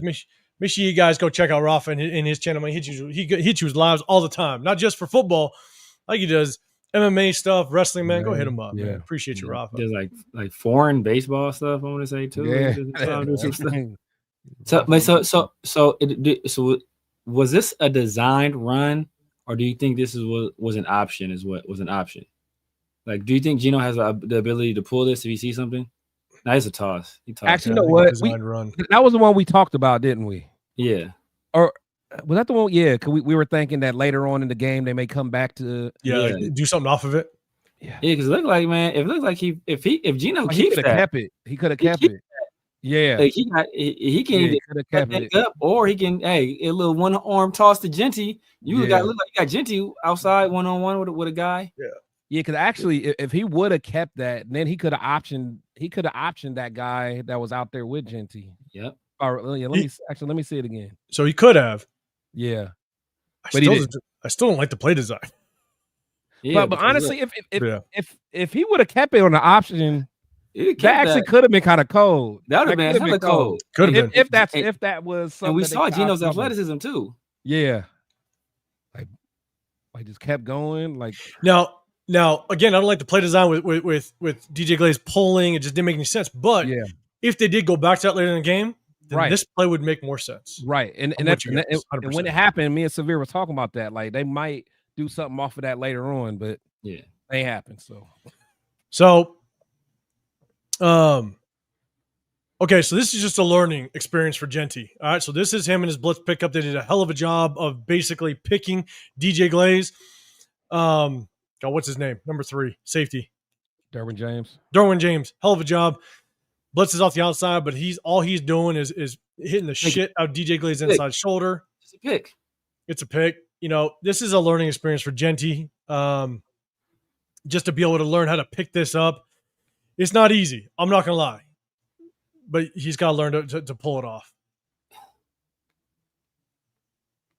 We're going to pick on him. So we're going to use our safety, take out this right tackle, and loop our edge to the inside. And we know Genty, he's going to misread it, or he can't handle it. Yeah. And Cap was a little late to kind of help out, but because that pick happens with so much depth, it's hard for Kappa to get there right away. Yeah. Yep. Everybody else does a good job. I mean, Parham does a job, Merritt does, Colton does. But because the pick happened so deep into the backfield, it's hard for Kappa to help out. But Kappa should be able to there. Like, you got to get there right there. Yeah. See, but it still happens so deep. Yeah, because Meredith had his guy, so he was in good shape. You got to. He just is like, I'm gonna get my ass handed to me. I'm gonna get my ass handed to me, and then watches the guy that kills Geno. I got the end zone view. He just watches. Yeah, that pisses me off. Now he's down here. Not only does he not help here, he just is like, okay, yeah, you can push me. You can push me 5 yards back. Like right now, like, what are you doing? Find somebody to hit. And he's standing there fixing his gloves. Yeah, watching. Right there, he take it here, clean his clock, man. He's watching Geno. Like, man, I wonder what Geno's gonna do. Like, yeah, that's bad, man. That's our number 6 overall pick. And the thing that makes me the maddest is like, what do they teach you when you're first learning to tackle football? Be the hammer, not the nail. Why are you bracing? Why are you like already like bracing yourself for a hit, bro? Step up and hit this dude. Yeah, like he's scared. He looks like he's scared to take contact. Like, bro, step up and lay this dude the hell out. This is stuff I'm talking about, man. But the thing is, we never really seen him do good pass pro in college anyway. To try to make an impact, and it's nothing. And that's why I say, like, you don't have to be the best blocker, but be a willing blocker. Bro, willing. I said it all the time about Brock. Right? People say, "Oh man, Brock's not a good blocker." He's a willing blocker. Brock gives maximum effort blocking, and that's going to take care of 75-80% of the time. That's going to do it. So, like, just give the effort. That's all you got to do. That's like most of the job as a pass pro. Making the correct read, giving the effort. Like that half a second is a lot of times just enough. Hey, I got the ball off. That's all you need. You ain't got to be perfect. But the fact that you walking after the play, like, bro, what? Like, straight up. Two things about Chip Kelly. He will sit your ass down. He did say that. Put the ball on the floor. And if you can't pass protect, and people, oh, you're not going to sit down the number 6 overall pick. You're not going to sit down our first rounder because you can't pass protect. And then what happened? People mad. Oh, why ain't Genty playing? Well, this is why. Terrible effort. Why? Just give the effort, brother. Like, that's it. So, all right, here we go. Run play to Genty. Again, just kind of notice the formation. We motion down. We're in a double tight set. Fullback in the backfield. One more receiver. I believe he might be on the top of the screen. Another just tight set out of a run formation. And bro, I don't know if they just studied the shit out of us. Yeah. But Derwin James blows up Ian Thomas. We got a pull coming down this way that gets blown up as well. And so again, now double tight set, a tight formation. We're bringing everybody in the box, and they just blow it up. Yeah. Yeah, man. And that, I mean, it's nothing Genty can do right there. There's nothing.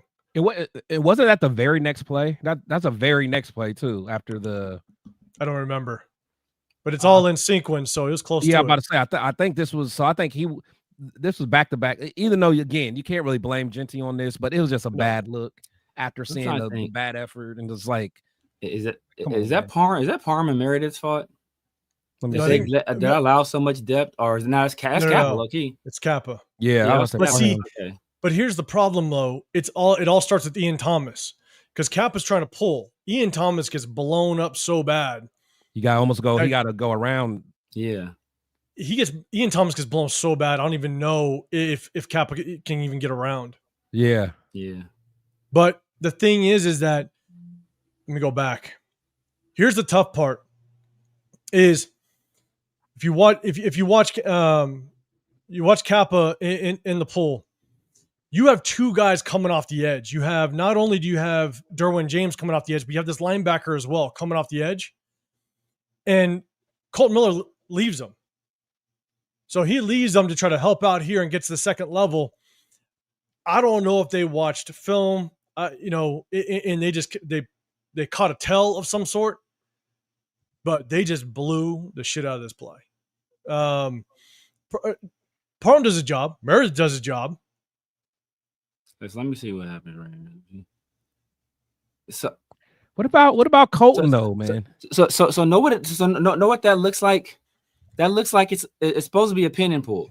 So Meredith, I mean, he's supposed to pin that guy right there. He's supposed to pull and get to that guy right there. If he's able to get around there, it's nothing but space and opportunity. What Genty does with it, there remains to be seen. But if he's able to get to that guy, that's going to create a big play. So they're pinning and pulling. That's the play. But Ian Thomas does a bad job, which in turn affects what Kappa's doing, which messes up Michael Mayer, which trips Genty. So, but this one is also on Colton Miller. Right. That's what I was about to say. because Colton Miller needs to see, and Ian Thomas has got to communicate, because Colton Miller's got to see, he's got to see this linebacker. They are walking up the box. They have 5 guys here. If you include 6 on the backside, because you have a linebacker walked up, you have a safety walked up off the edge. Yeah. So if Colton Miller takes on that linebacker and doesn't let him go, then Ian Thomas can still try to wash this Derwin James down. And Colton Miller, Mike can get the linebacker. Colton Miller can wash this guy down, this linebacker, and this might allow Kappa a free lane to pull all the way around to seal off this linebacker. So, because if you look at it that way, Colton Miller leaves 45, which you can't do that in such close proximity to Kappa pulling. He's going to blow up Kappa in the gap all day long. If Colton Miller takes 45, then that means that Kappa actually, either he doesn't continue around the edge, or Kappa actually, if Colton kicks out 45, Kappa might be able to lead just right through the hole. So we go to the end zone view. Yeah, it depends on where the. I was thinking even Mike. I feel like, because they wanted to go more inside. It looks like it. So if Colton, I don't know. It's hard though, because look, you got Kappa trying to pull, you got Mayer trying to lead. My guess is they're trying to go inside. Yeah, that's why Colton's trying to go to linebacker. But God, when you have a linebacker walk up and a safety walk up, your blocking assignment has to change. Yeah, it's got to change. You got to you got to protect the line of scrimmage first. Yeah. So if Colton gets to this linebacker and drives him, that leaves Kappa to lead up the hole, and then maybe Mayer can get through as well. But you just let it all blow up. It was just all bad. So, Stockton, what's going on, man? I appreciate you throwing a super chat out there. He said, do you guys like Genty at this point? Because I remember Josh Jacobs bursting onto the scene on Monday night. Similar situation, too, with no receivers that year. There's things I don't like about Genty. And the thing is that he showed a little bit more. You can make the first man miss. He showed that a little bit more. Yeah. But the things that I don't like about Genty, I'm still seeing it, unfortunately. So, look, it's only game 2. It remains to be seen. We'll see how it plays out. Chris, any thoughts on that? Yeah, honestly, Genty is kind of what I expected, unfortunately. So I'm not going to say I dislike him. I want him to do well, but he'll show flashes here and there for certain things. But, he's I never thought he was going to be what a lot of people think he's going to be. Unfortunately, I wish it wasn't like that. Yeah, Severe Man, any thoughts? Yeah, similar to Chris. Genty is who I thought he was. He's a smallish back. It's not particularly fast.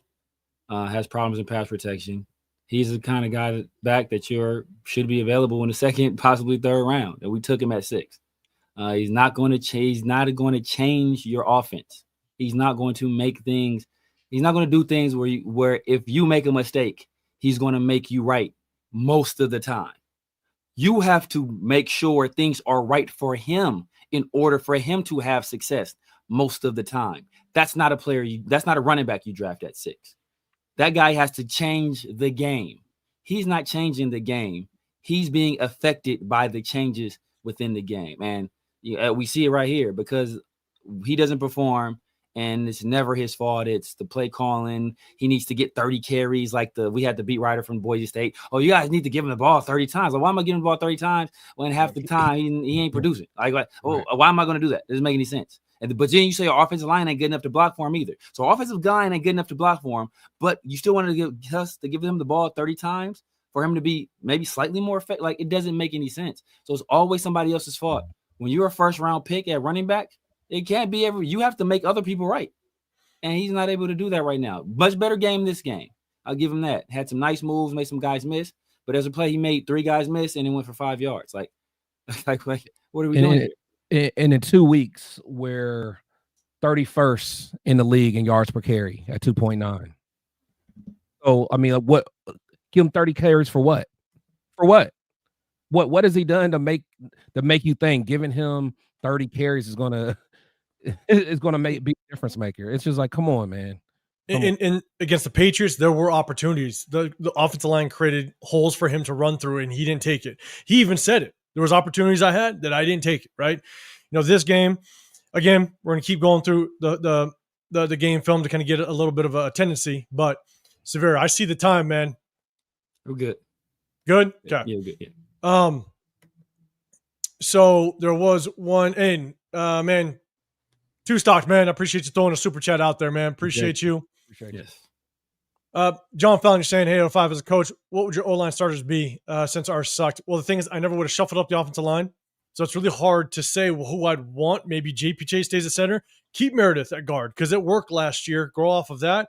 But it's not about who I'd start. It's more about I would have gotten one of the best free agent guards in last free agency. And if I couldn't get him, then I would have drafted a guard in the second round or trade back in the first. I mean, I would have prioritized that guard position in a different way.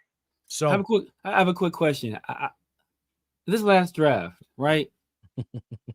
How many of our first 3-round picks are making a major contribution? We'll see how the chat handles that one. So, all right. We're haters, man. We're haters. We're haters. We must be.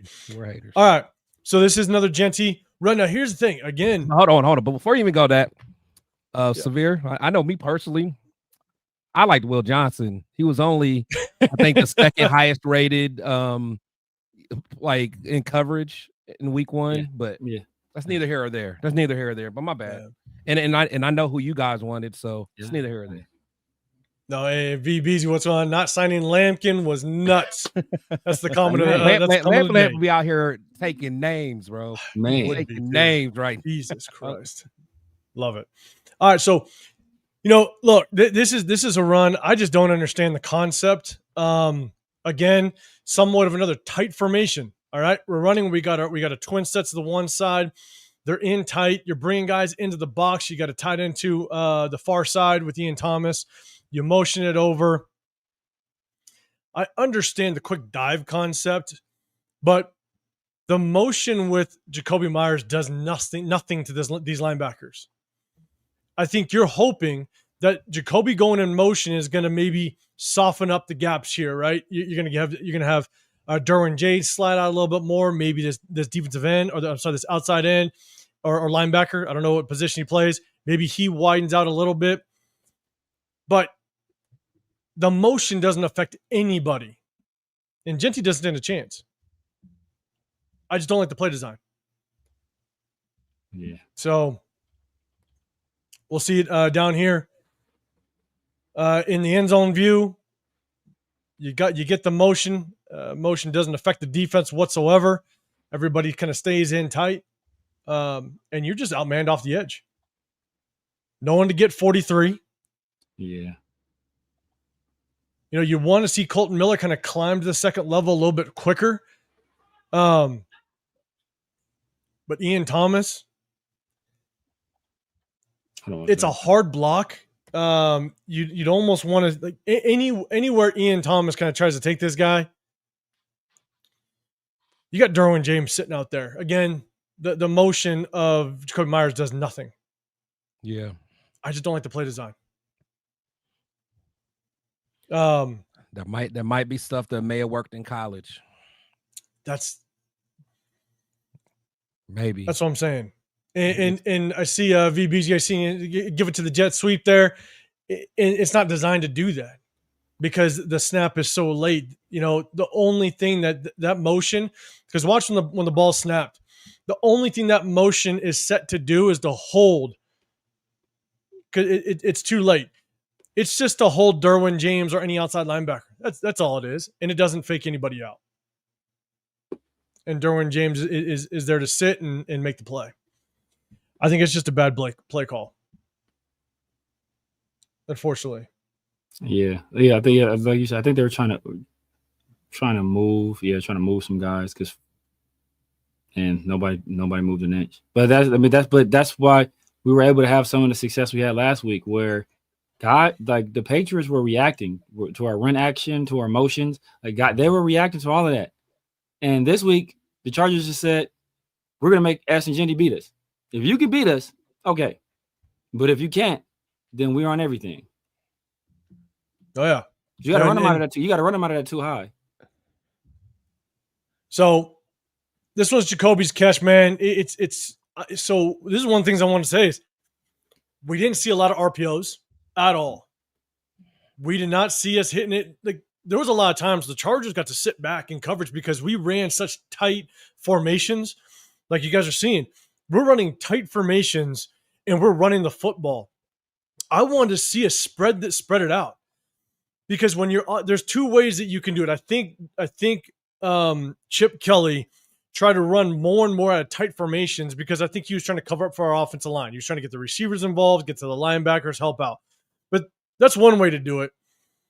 But it wasn't working for the most part. The other way to do it, spread guys out. Spread them out, create natural running lanes, force linebackers to kind of get to the hash marks and create natural running lanes. But at the same time, you can run RPOs. And that's one thing we did not do. This is one of the examples of where it worked, where it's not an RPO, but we didn't run a lot of pick routes. We did not run a lot of rub routes. Yeah. This game. Yeah. And this is a good example of it. And Chris, you threw us a message before. If he does hit Tucker. To the house. That's Tucker's to the house. Yeah, because that safety came up. He's out of there. The corner's here. The safety's here. Yeah, he's out of there. It's not even close. You hit Trey Tucker down here just to put past the hash. Not even close. He's gone. Yeah. So it's a miss. It's unfortunate. That's a design play to Jacoby, basically. It was. Yeah. But and you create a bunch of mesh in front of Jacoby. It's a good play. That's a good play design. That was a good concept, because he forced the other guy to try to take outside, and then Jacoby curled that thing right back inside. And by motioning Jacoby in, you notice that it's zone. They're sitting in a zone coverage. You take these two guys that basically wash out this guy here that's going to have to get depth. And Jacoby does a very good job. Sorry, you motion and it's man. My bad. So I almost wonder. What's ironic is that low key, if the Chargers had a banjo call on right there, then the other guy, the inside guy just stays with Jacoby. Been there, yeah. And then Geno's forced to throw to Trey Tucker, and it was touchdown. Yeah. So again, good play call. A miss, man. Tucker would have been off the races, but again, just really good play call. So I'll definitely take it, kind of without question. But I want to see more of that. Yeah. You kind of create those natural kind of mesh concepts to make that defense work and make them confuse them a little bit through coverage. But man, we just didn't see it a lot, unfortunately. All right, again, here's Genty's run, really good stiff arm, but again, you got two receivers down here, good stiff arm. To me, just look, good job making that first man miss. He's falling forward for yards. I'll take it. Yeah. Can't go broke putting money in the bank, but that's 6 overall, y'all. You think Adrian Peterson is tackle for you? What is a 3-yard game right there? So, but good job by the offensive line. Jacoby's the one that kind of misses the block a little bit, but just solid work by the offensive line. Yeah, Capo doing work. I like that. Hey, did I Colton the pool there too? Yeah, Colton gets around the corner, seals everything off.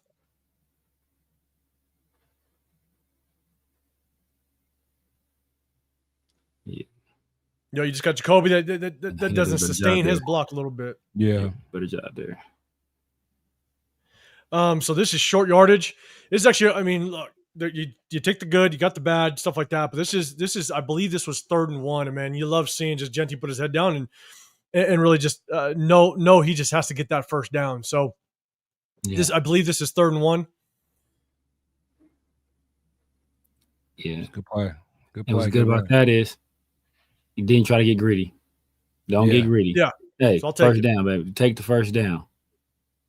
We'll take a look at the offensive line, the way they worked. The offensive line, it's not that bad of a job. You know, it's not. He had it's good. It's good. Lane. Yep, had a lane, got your head down. He didn't try to do too much. He didn't try to get cute. I know where the first down marker is. I'm gonna put my head down and I'm gonna get that first down. Man, I'm gonna say something that might be unpopular, man, but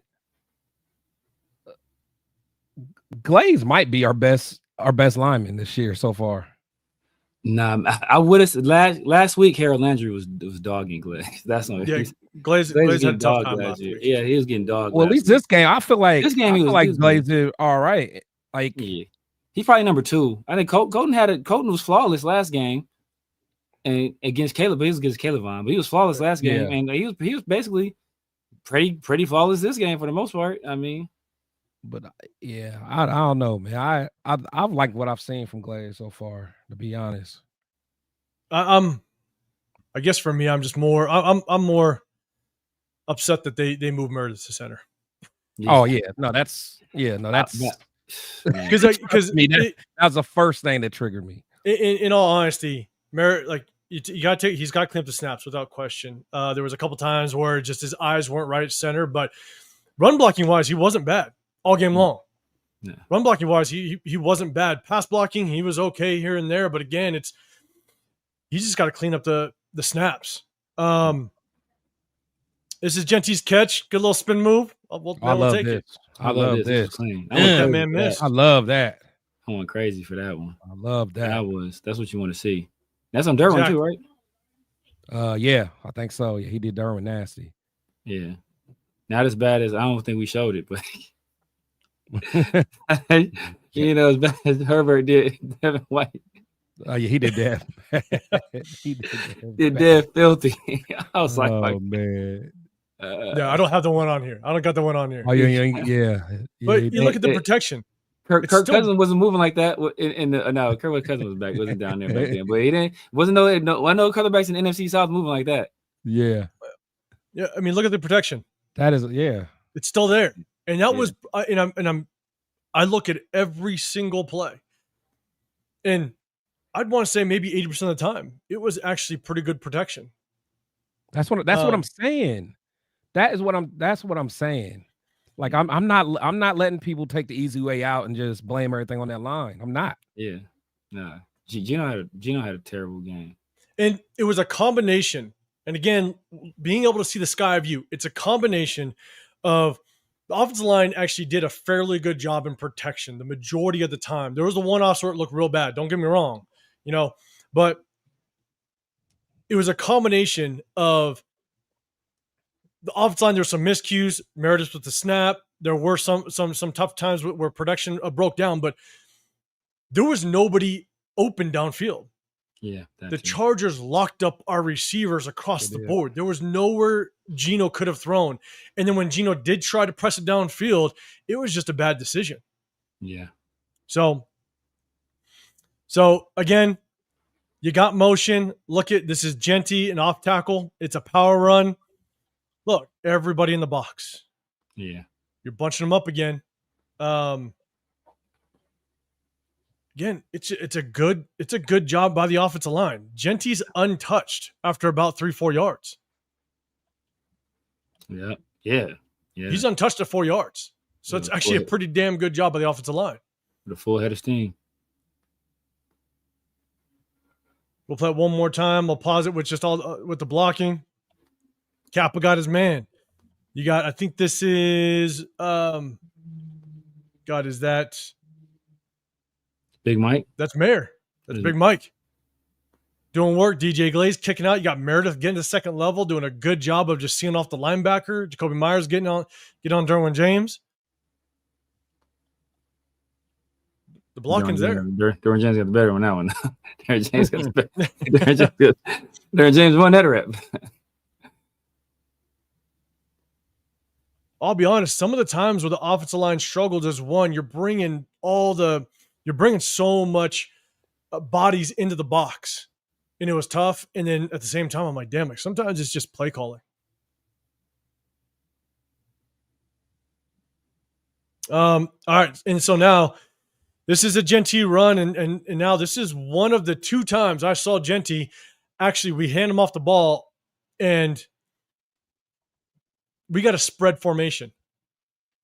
And this is where you see linebackers, you see safeties, right? Linebackers now, there's gaps, safeties, walk in, you're actually outside the slot receiver. And this actually allows Genty to kind of move around a little bit. Yeah.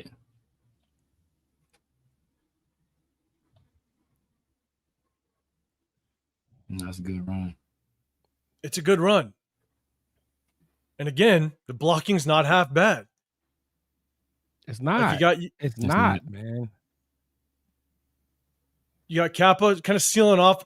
Yeah, Kappa. Meredith has to help him a little bit. Yeah. Right? I think this is Glaze. Glaze kicking his guy out.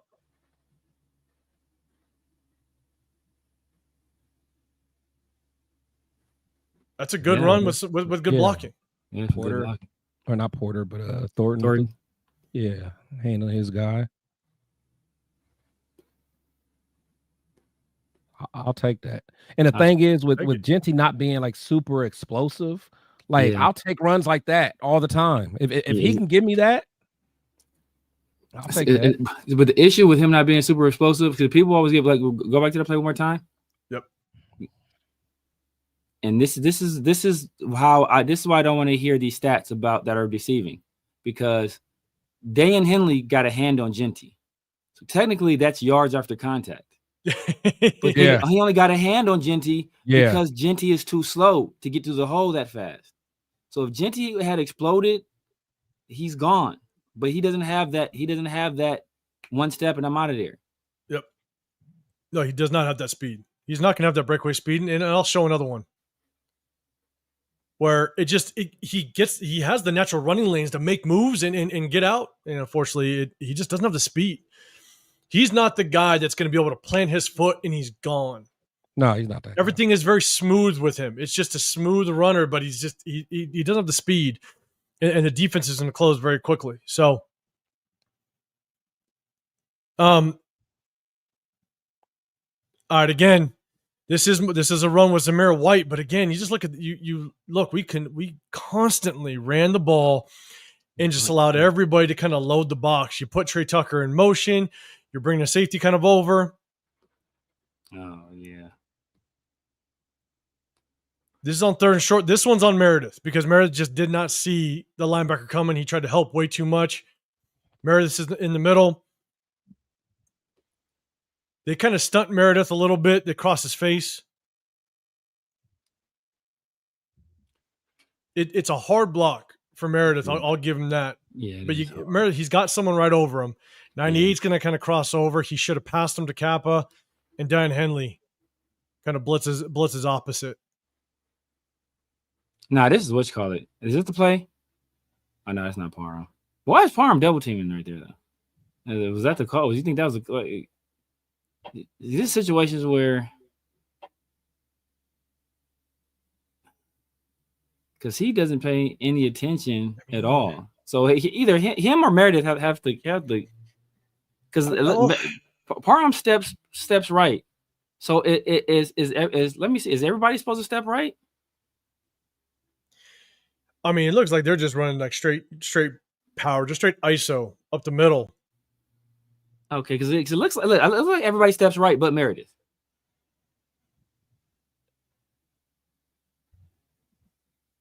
Meredith's the only guy not stepping right. Everybody else stepping right. Meredith is the one guy. I don't know if that was a call double team or he didn't see it. Everybody's stepping right, but Meredith.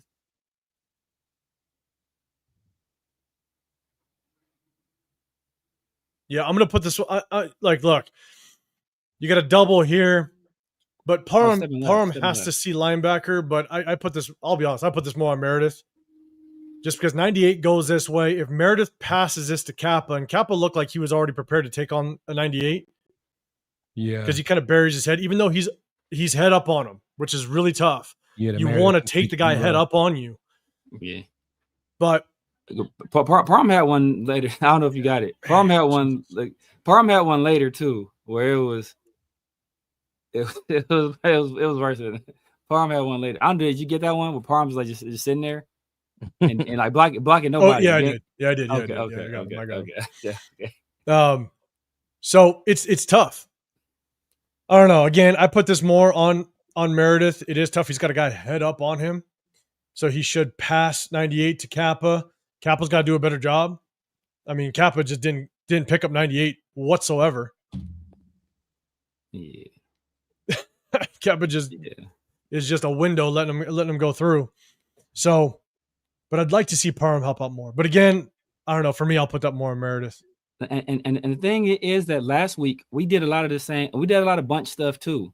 But what they did was that they took advantage of those bunch sets with those rub routes. So that many defenders being that in that close proximity, where you create those natural picks. Because people are, look how many people are in the box. So like, bro, there's many people in the box because we're running 12, or we're having these receivers so close to the line, so close to the lineman in these bunch sets. That's what's creating these extra guys in the box. But we were able to take advantage of it last week with pick plays and with rub routes, and we're not doing it. We didn't do it this week, or not nearly enough. Yeah, and so again, it sucks. Yeah, like and you know. My guys know, and people in the chat, it's like, as much as I'm a Meredith fan, I do think Meredith played, he didn't play horribly this game. You take away the snaps, wasn't horrible, but he did have his missteps. And that's the tough part, is that's definitely on Meredith. For the most part, Meredith did a good job just run blocking, all day long. Again, you got to clean up the snaps. But now this one, you got Genty. This is Genty's run, a good job with cutback. But you want to see just a little bit of speed to be able to kind of catch the edge and go. He's just fluid. He's not fast. He's not going to break away from you.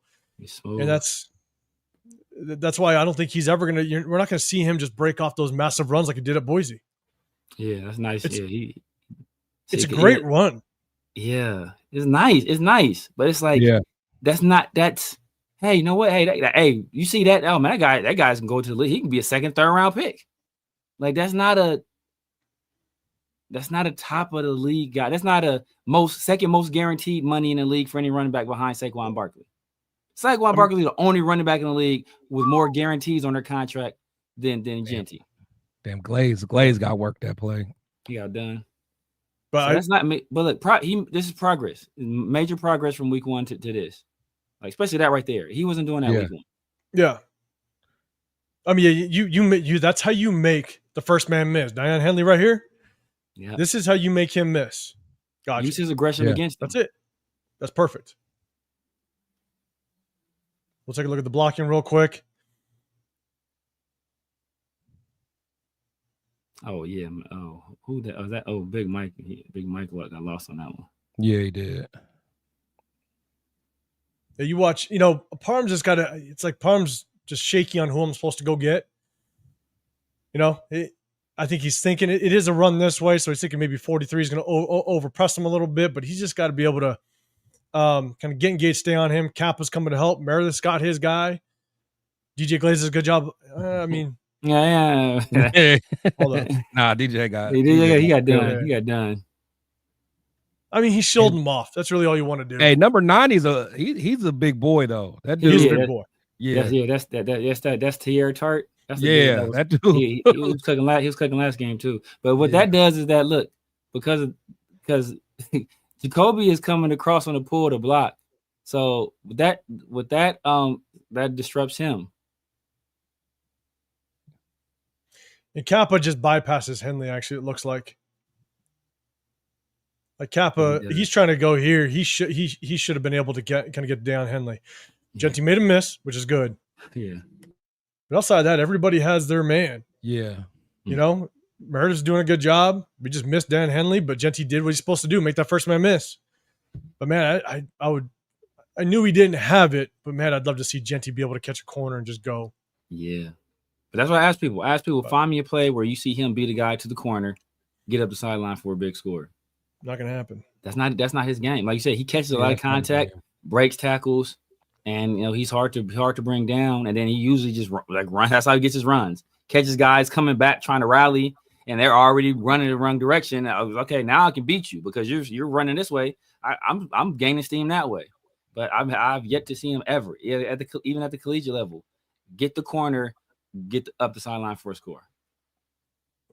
All right, so there's no Genty run again. We're trying to just run out a bunch set, man. I wanted to see us spread this thing out more. Yeah. And you're just bringing guys into the box. But this is a Genty run. Yeah. I think it's just making it tough on our offensive line, in all honesty. But you get a little good tough run though. Good tough run. Yeah. We get 4 out of that. Like 4 yards. Hey, I'll take that. Yeah, I'll take that. Yeah. So this one, Meredith, I think to me a little late on getting to Diane Henley. Yeah. He sees him. He wants to get there, but I think he had a tough time kind of getting through. Big number 89, 99. Yeah, it's a big boy too. I think he's had a tough time trying to get through him. Yeah, it's a big boy. But, Parham, he's got to sustain that block. Yeah. Because 99 is ultimately the one that kind of makes first contact. Yeah. Yeah. Yeah. Kind of watch Kappa. It's good rap. Kappa doesn't do too bad. Yeah. Nah. So I'll take it, play one more time up top, and I'll tell you right now. It's just one of those good hard run by Genty. I'll take that. Hey, was that 4 yards? I'll take 4 yards. I think that too. 4 yards. Hey. Give me a smooth 2nd and 6. Keep me on schedule. And so here, look, there wasn't a lot of opportunity, but definitely on this one, Genty just kind of misses Tucker. And this is later in the game. Again, I started from the beginning of the game to the end. We're now kind of getting into kind of that beginning of the fourth quarter. Or I think almost the fourth quarter, and it's he dumps it off, but Tucker's there. Yeah. But then again, was that? Let me see when that guy leaves Tucker. Yeah, because are they reacting to Gino dumping it off? No, he's there. Oh, he's there. Yeah, Gino's looking. He still has his eyes downfield. Yeah, he sees him. But then again, he probably because he's already is he 2 interceptions in at this point? He's 2 in. Yeah. He is 2 in. Yeah, so he's probably like a little gun shy at this point. Yeah. And so here's the thing, though. What's it down a distance? Second down. Second and 10. And so they actually tried to do this a couple times where they would get a blocker in front of Genty. I think this is their version of trying to get Genty into space. They got I think it was Michael Mayer they got in front of him one time. Michael Mayer didn't make the block, and Genty got tackled. Now you got Brock Bowers getting in front of this defender, so they're trying to get him in space with the guy in front of him. But Gino, I'm telling you, Trey Tucker, man, if he hits Trey Tucker right around here, he's off the races. So it's just a miss. Yeah. Trey Tucker is probably looking back there like, dang. But I would like to see. Oh, is it blank? Got to go back. Hold on. There we go. These are just the opportunities. I'm not saying it's easy, but as a 6th overall pick, make some magic happen here. Yeah. You know what I'm saying? Turn the tables a little bit. Don't just you get flipped upside down. And I just want to see some magic there a little bit as a 6th overall pick, man. Get some yards out of that. Yeah. But that's just a miss by Gino, not being able to push downfield.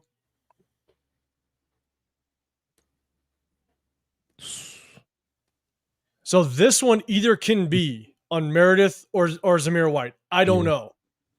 So this is a sack given up. You got Zamir White that's stepping up to block. And I think he completed the pass. Yeah, no, he got it off. Oh, my bad. Yeah, not a sack. But Gino stood tall right there. He stood tall. That's tough. Yeah, he stood tall. But what the linebacker comes, I believe it's Derwin James here, I believe. Let me wait. Oh no, sorry, it's a late blitz on top. Yeah. So again, this one, Here's the thing, and I don't know what this means. I only know what guys that I know that have coached offensive line, my offensive line guys, when I was offensive coordinator. When the center pulls out that way, he knows, look, this is where pressure's coming from. So I don't know if that means Meredith has to pick it up or Zamir White sits in the backfield. Is it Zamir White's job to pick up this blitzing linebacker late? But Zamir goes and helps Colt Miller for some reason. Yeah, the one guy that don't need help. Yeah, I know. So Meredith is communicating something to his left, which I believe it to be pressure is going to come from the left. Mhm. Derwin James is stepping up in the pocket. You already got it overloaded to the left-hand side. So I don't know if this is Meredith's fault or is this Zamir White helping out Colton for some reason. If Zamir White just steps up, it looks like he didn't even look. He didn't look. Yeah, he didn't look for anything up the middle. So, and I don't know if that's because he thinks Zamir White is sitting here stepping up for production or for protection. Yeah, can you run it back from the sky view? Yep. Where's that? That's safety right there, right at the top. He's at the top here. Start it back over. Let me see something. I think that's Zamir, honestly. Know what I think that is? I think that safety has man coverage on the running back. And I think they have a call where if the running back doesn't leave the backfield, keep going, keep blitzing. You're going. I don't know. It didn't seem like the safety was or is that his corner, right? Is that corner out there? Or was that a safety? Which one came? The corner out here. The corner did? Okay. Yeah, so could be, but it almost seemed like he wasn't even reading. He was just coming regardless. J-Dog. Jesus Christ. Let's see. Zamir's a chip release. That's what you're saying. See, the thing about if it's a chip release, then if it's a chip release, Zamir White is going to get to the outside shoulder quickly of that pass rusher and have that lane to actually release. He lets this edge rusher kind of get to the outside. He's already looking inside. Yeah. So if it's a chip release, you're going to get to that edge rusher pretty quickly and chip him and be able to get out. If that was the case, he would have been by himself. Yeah. If that guy was really blitzing. Yeah. And that's why I watch Zamir's eyes. Zamir checks inside first. He's all about inside first. Yeah.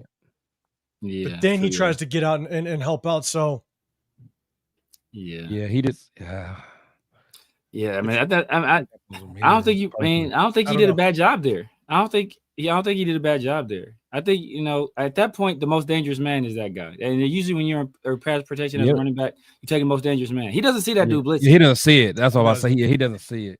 And so for me, I still, in my opinion, I feel like I put it on Meredith. Because at the end of the day, if 50 crosses your face and you can pass him on, or 91, you got to get your eyes back again. Yeah. So, he looked, but it was too late. Yeah, that's tough for Meredith too, because from where that guy is coming from, like he's coming from left, he comes from left field. Like Meredith ain't thinking that dude coming. Yeah. Paul. So as much as maybe Zeus could have stepped up and helped out, because Meredith was able to pass that guy on, I kind of put it on Meredith, in my opinion. Yeah.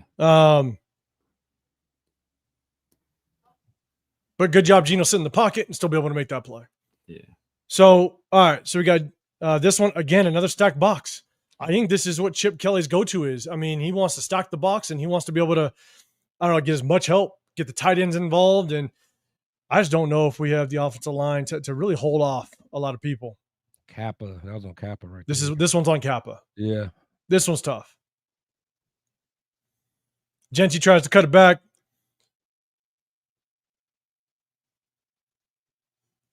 I'll run one more time up top. You see Kappa down here. He just doesn't get good positioning on. I think it's 91. Might be 91. That makes the play. Kappa he just doesn't get good position. He tries to square up way too much. Mm-hmm. Just try to get to the near side shoulder, wash him down the line of scrimmage. But he allows 91 just to kind of throw him off and make the play. I want to see what DJ Glaze did.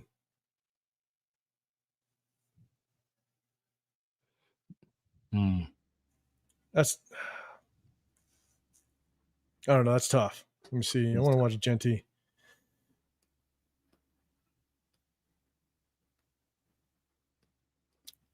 Is there a hole over there on the left? That's what I said. I was almost wondering if he was supposed to continue to go up there. Let me go in zone view because it's a zone, right? So it's zone left. Yeah, the offense is left. Now see, I think Henley. He saw Henley. But yeah, that's on Kappa. If Kappa, yeah, because the cutback lane would have been there if you get a hat on him. Yeah, Henley's free, and then you got Brock. I mean, Brock and Derwin. I don't know about that. Yeah, I'm not. especially not Brock at 100% too. Yeah. Yeah, he did. He doing everybody dirty. He did Jacoby dirty. He did Brock dirty. He's just Duran is different. During that 100%, he finally healthy. It looks like he a different kind of dude, man. Yeah, I got to put this on Kappa, and it's just tough because it looks like just on the cutback, just there's really no blocking. You'd like to see Genty. Maybe we see it better on the sky view, but shit, man, 91 is just there. There's not a whole lot. Yeah, he just flat out go one more. See, I think he sees Dan. I think he sees Dan in the other hole, but there's the far hole, the far gap you really can't see in the end zone. Maybe there, outside of Parham. Yeah, it's just on Kappa. That's the situation. That's on Kappa. All right, here we go. We just got a few more. All right, now we're technically into the fourth quarter. Obviously, we're switching. We're switching sides of the field. Now again, another Genty run, and we just got a massive bunch formation. We're bringing everybody inside, man. I'm telling you, a little bit of motion.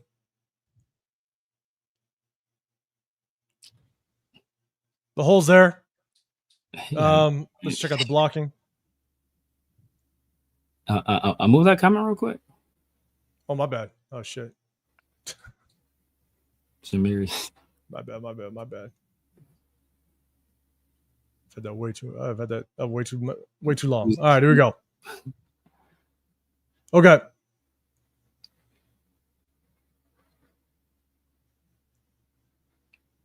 Yeah. It's good blocking. He's got Deontay Thornton up there.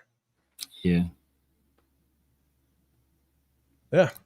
I think it's good blocking right there. And Kappa, did Kappa get off that?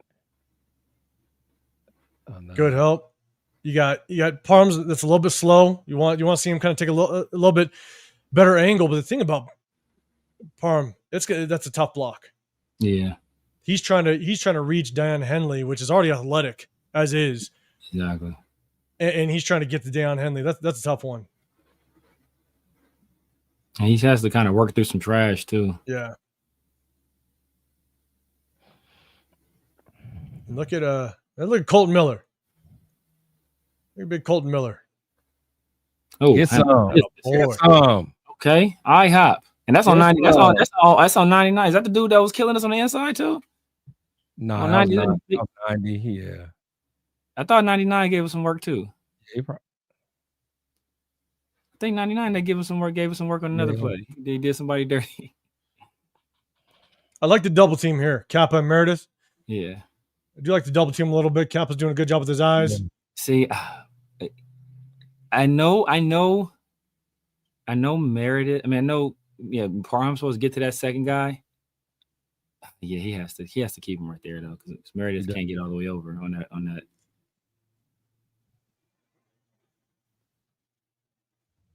Yeah, it's tough. I mean, look, in reality, in this, I think where Meredith, he's got to move his feet quicker. So now I was thinking if Parham can, because the way the leverage is, like Kappa can't leave him, because the hope would be like maybe Kappa can get then he can go get Henley. Yeah, but because Meredith's in the inside, so he probably he already has the leverage on him from the jump. So it's like Kappa has to stay there to help because the play design. Well, and I'd like to see Meredith though be able to kind of get his hips around a little bit, and they basically double team the piss out of this interior defensive lineman and try to drive him into Deion Henley. Yeah.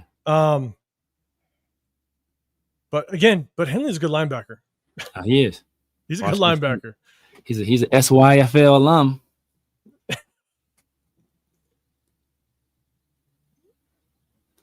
But yeah, good run. Hey, we'll take it, right? I think it's 5 yards. We'll take it. Let's.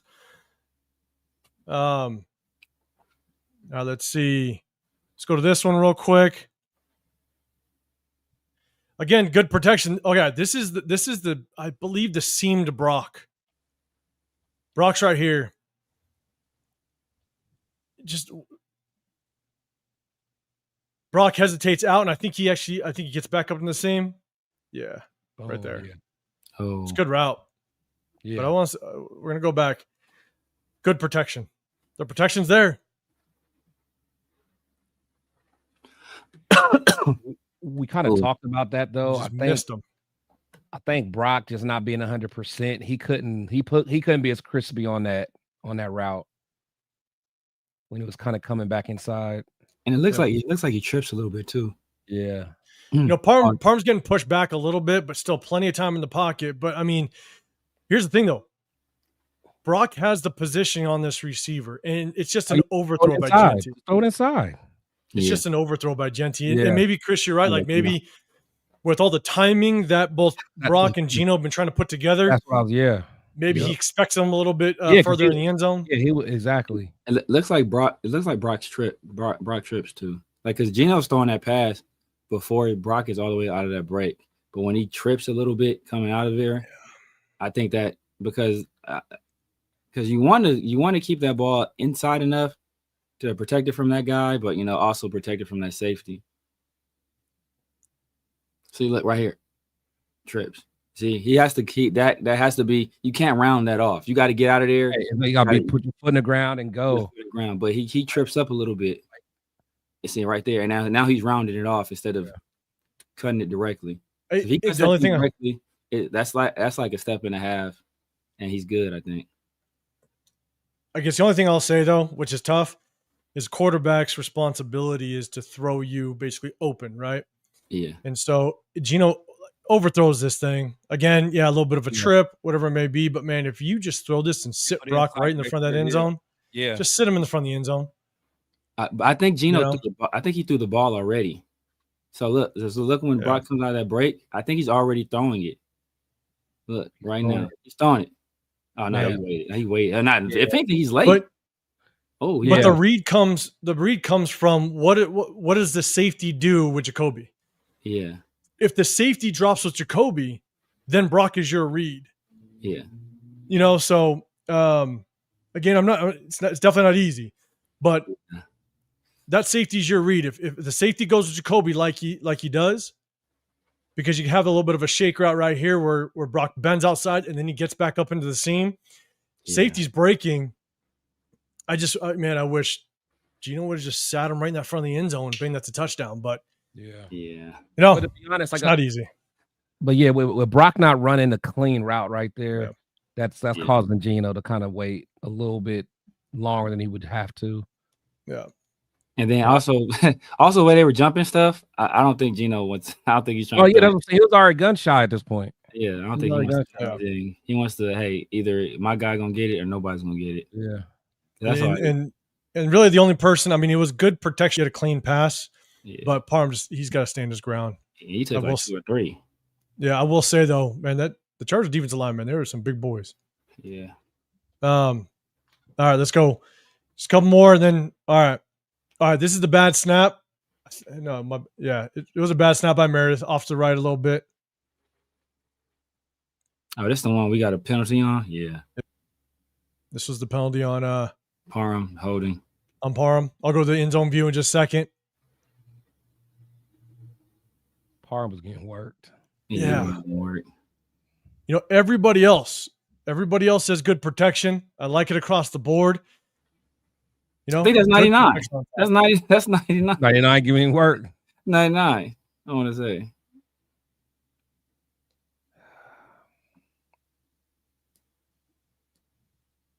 Yeah, it's again, these are one of those snaps kind of off to the right. Meredith's got to clean it up. But good pass protection across the board, man. It's just Parham.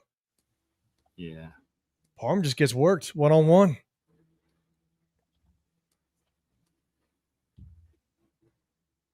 Yeah, man, he getting cooked. And he didn't even he kind of did. I like that though.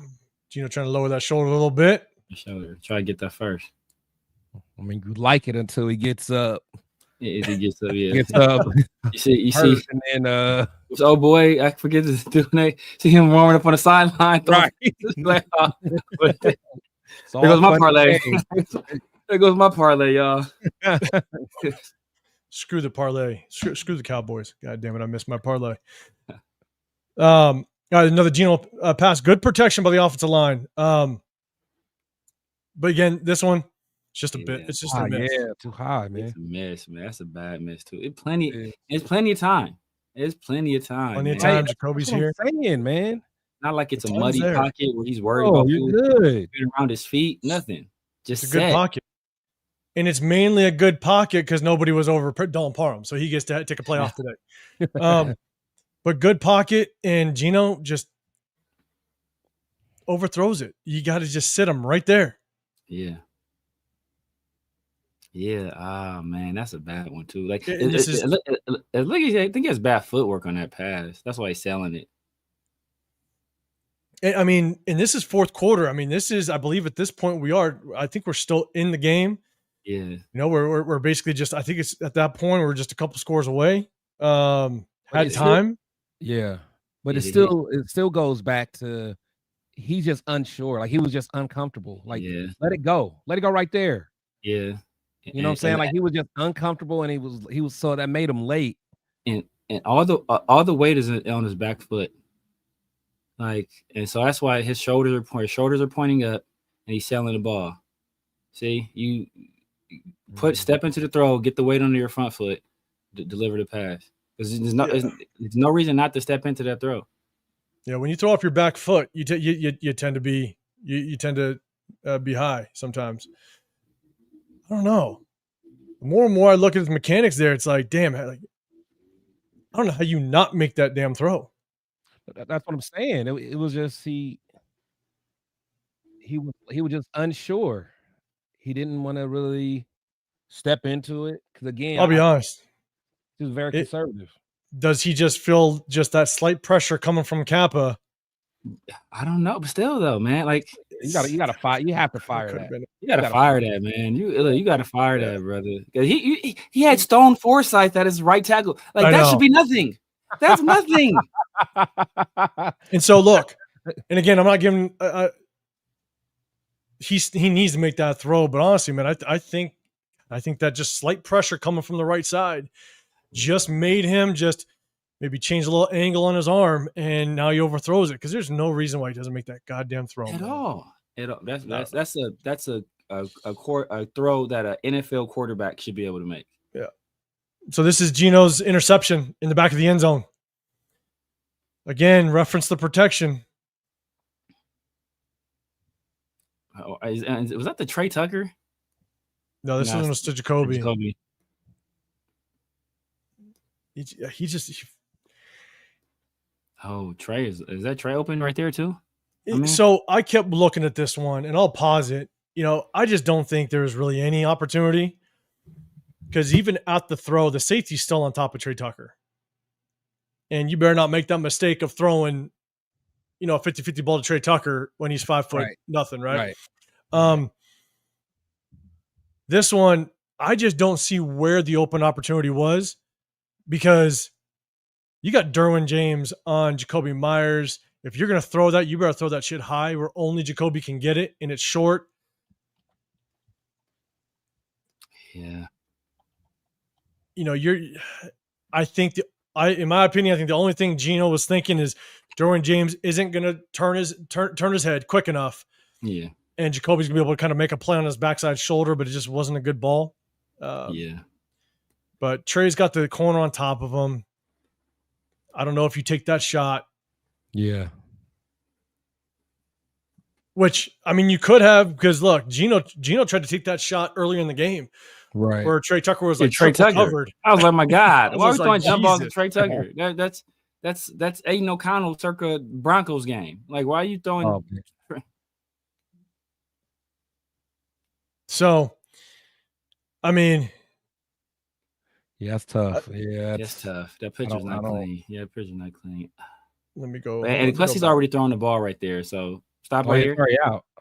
Stop right here. Yeah. So you kind of don't know what Trey's going to do, and that safety is kind of peaking. So he's ready to peel off if you throw anything to Trey. Yeah. The only thing I could have said on this one, if you wanted to give Gino an actual option, is the corner's not in position. If you throw an actual good fade route to Trey, yeah, you might be able to play that sideline and hit him. Yeah. But either way, I don't know. I think it's just a kind of a bad decision by Gino, and he caused the interception late in the game, fourth quarter. But again, he throws it. Protection's there. Yeah, it's good protection. You know, to say that the O-line was just bad all night long, I just don't think that's fair at all. At all. Got to put it on. I'm standing on that. Yeah. All right, two more. All right, let's see. Oh, yeah, here we go. This is fourth down. We got our boy Dylan Parham. Okay. Oh my God. Maybe we'll say that maybe Dylan Parham was the one that was not so good all night long. But yeah, this is the delayed blitz. This is terrible. Day and Henley. Oh my goodness. This is on fourth down, and this is where we kind of killed us. Yeah, that man. It's 2 fourth down plays. So Dylan Parham, you got delayed blitz by Derwin James here, and Dylan Parham just gets lazy. He gets completely lazy on his pass protection. Oh, sorry, it's Dan Henley. Yes, Dan Henley. Yeah. Oh man, Parham's watching him. Parham's looking at him. He started out well. He put his right hand out. He was helping down with Meredith. He was making sure no linebacker was coming. Like, he sees him. Good technique. Put your hand out. You're helping. Why are you looking way over there, bro? Like, what, bro? Like, there's nobody to block right there. Nobody. You're blocking Meredith at that point. You're literally blocking Meredith. Literally the person standing right in front. And like, he's standing right there. And this is on fourth down, right? Like, I'll play it one more time, so because it's hard to see on the other view. But 91, opposite of Meredith. Parham, you're on an island, big dog. Like, just stare him down. If nothing else, y'all could just stare at each other. Yeah. All I care. And he just like, you just want. Yeah, that's horrible. That's nasty. And because usually, I will criticize a guy for not finding some work. But just occupying a free man in front of you is work. Like, I understand wanting to peel back and get in and some action and do something, but bro, you got a literally guy staring right at you, waiting for you to do something, and you stared him down. So, Dylan Parham, brutal. Okay, and so that was fourth down. Okay, that was fourth down. Opportunity for us to maybe move the change. Again, we're down in this game. We need to move the ball. We need to have a chance to win. I think this kind of sums up it's just a bad day for Gino. This is fourth down. This is the last play that I clipped because there's not a whole lot after. He was running for his life, though. He was running. Yeah. Without question. He was like, he's running. But yeah, at this point, hey, where's number 10 at? Why are you throwing the ball away on 4th and 5 to turn the ball over? Yeah. Like, I'm sorry. I throw it into a crowd. Like, throw it into like any jersey you see. In fact, who's that up there? Is that Brock? Who's there at the 40? Like, at this point, throw across your body if you have to. It's Brock and Jacoby Myers, I believe. I don't care who it is. You got Jacoby Myers down here. Throw it to them. Yeah, just throw it across your body if you have to. Oh no, it's Bachman. Is that Brock? No, it's Bachman that's down here. I don't know why Bachman's in the game. No, at the top though. Was that Brock? Oh, at the top. Yeah. Yeah, I think that's Brock. Hold on, you'll see. Oh no, it's Genty. Genty's on the top of there. No, right there. I mean, I'm sorry. Oh wait, no, yeah, right there. That's not Genty. No, down here. No, hold on. Let me pause it. I'll pause it. Right there. Well, no, I'm sorry. No, keep going. Out of the frame right now? Yeah, out of the frame, coming down right there. Up top, that one. Oh, here? I think it's been brought. I believe that's Genty. Oh, no, I'm not Genty. Sorry, I kept saying Genty. Labe. Oh, okay. Yeah, because he comes off. Yeah, I was about to say, I know that wasn't. Yeah, my bad. Wrong skin color. My bad. Yeah. Okay. But yeah, like I mean, I know they're on your ass at that point, but just throw it up. But it's 4th and 5. Yeah. Just throw it up. Like, as a veteran quarterback, you got to know the situation. Exactly. And you throw it away. Like, that's almost as bad as Parham missing a goddamn block. Yeah. Yes. Just give the guys a chance at that point. You know, I mean, the worst that could happen is you get an interception. It's basically a punt. It's a punt. Yeah. You know, but the thing to make it tough is he's running to his left, trying to throw right. So that's what I'm saying. They were on his ass. So at that point, you just got to know the situation, throw it up, hope for a prayer. Yeah, he's probably because he's running left or right, and that's a difficult throw to make. You got to get your shoulders turned, and see, I think he was trying to. I think he was trying to throw to. He might have been trying to throw to Jacoby. So he could have maybe tried.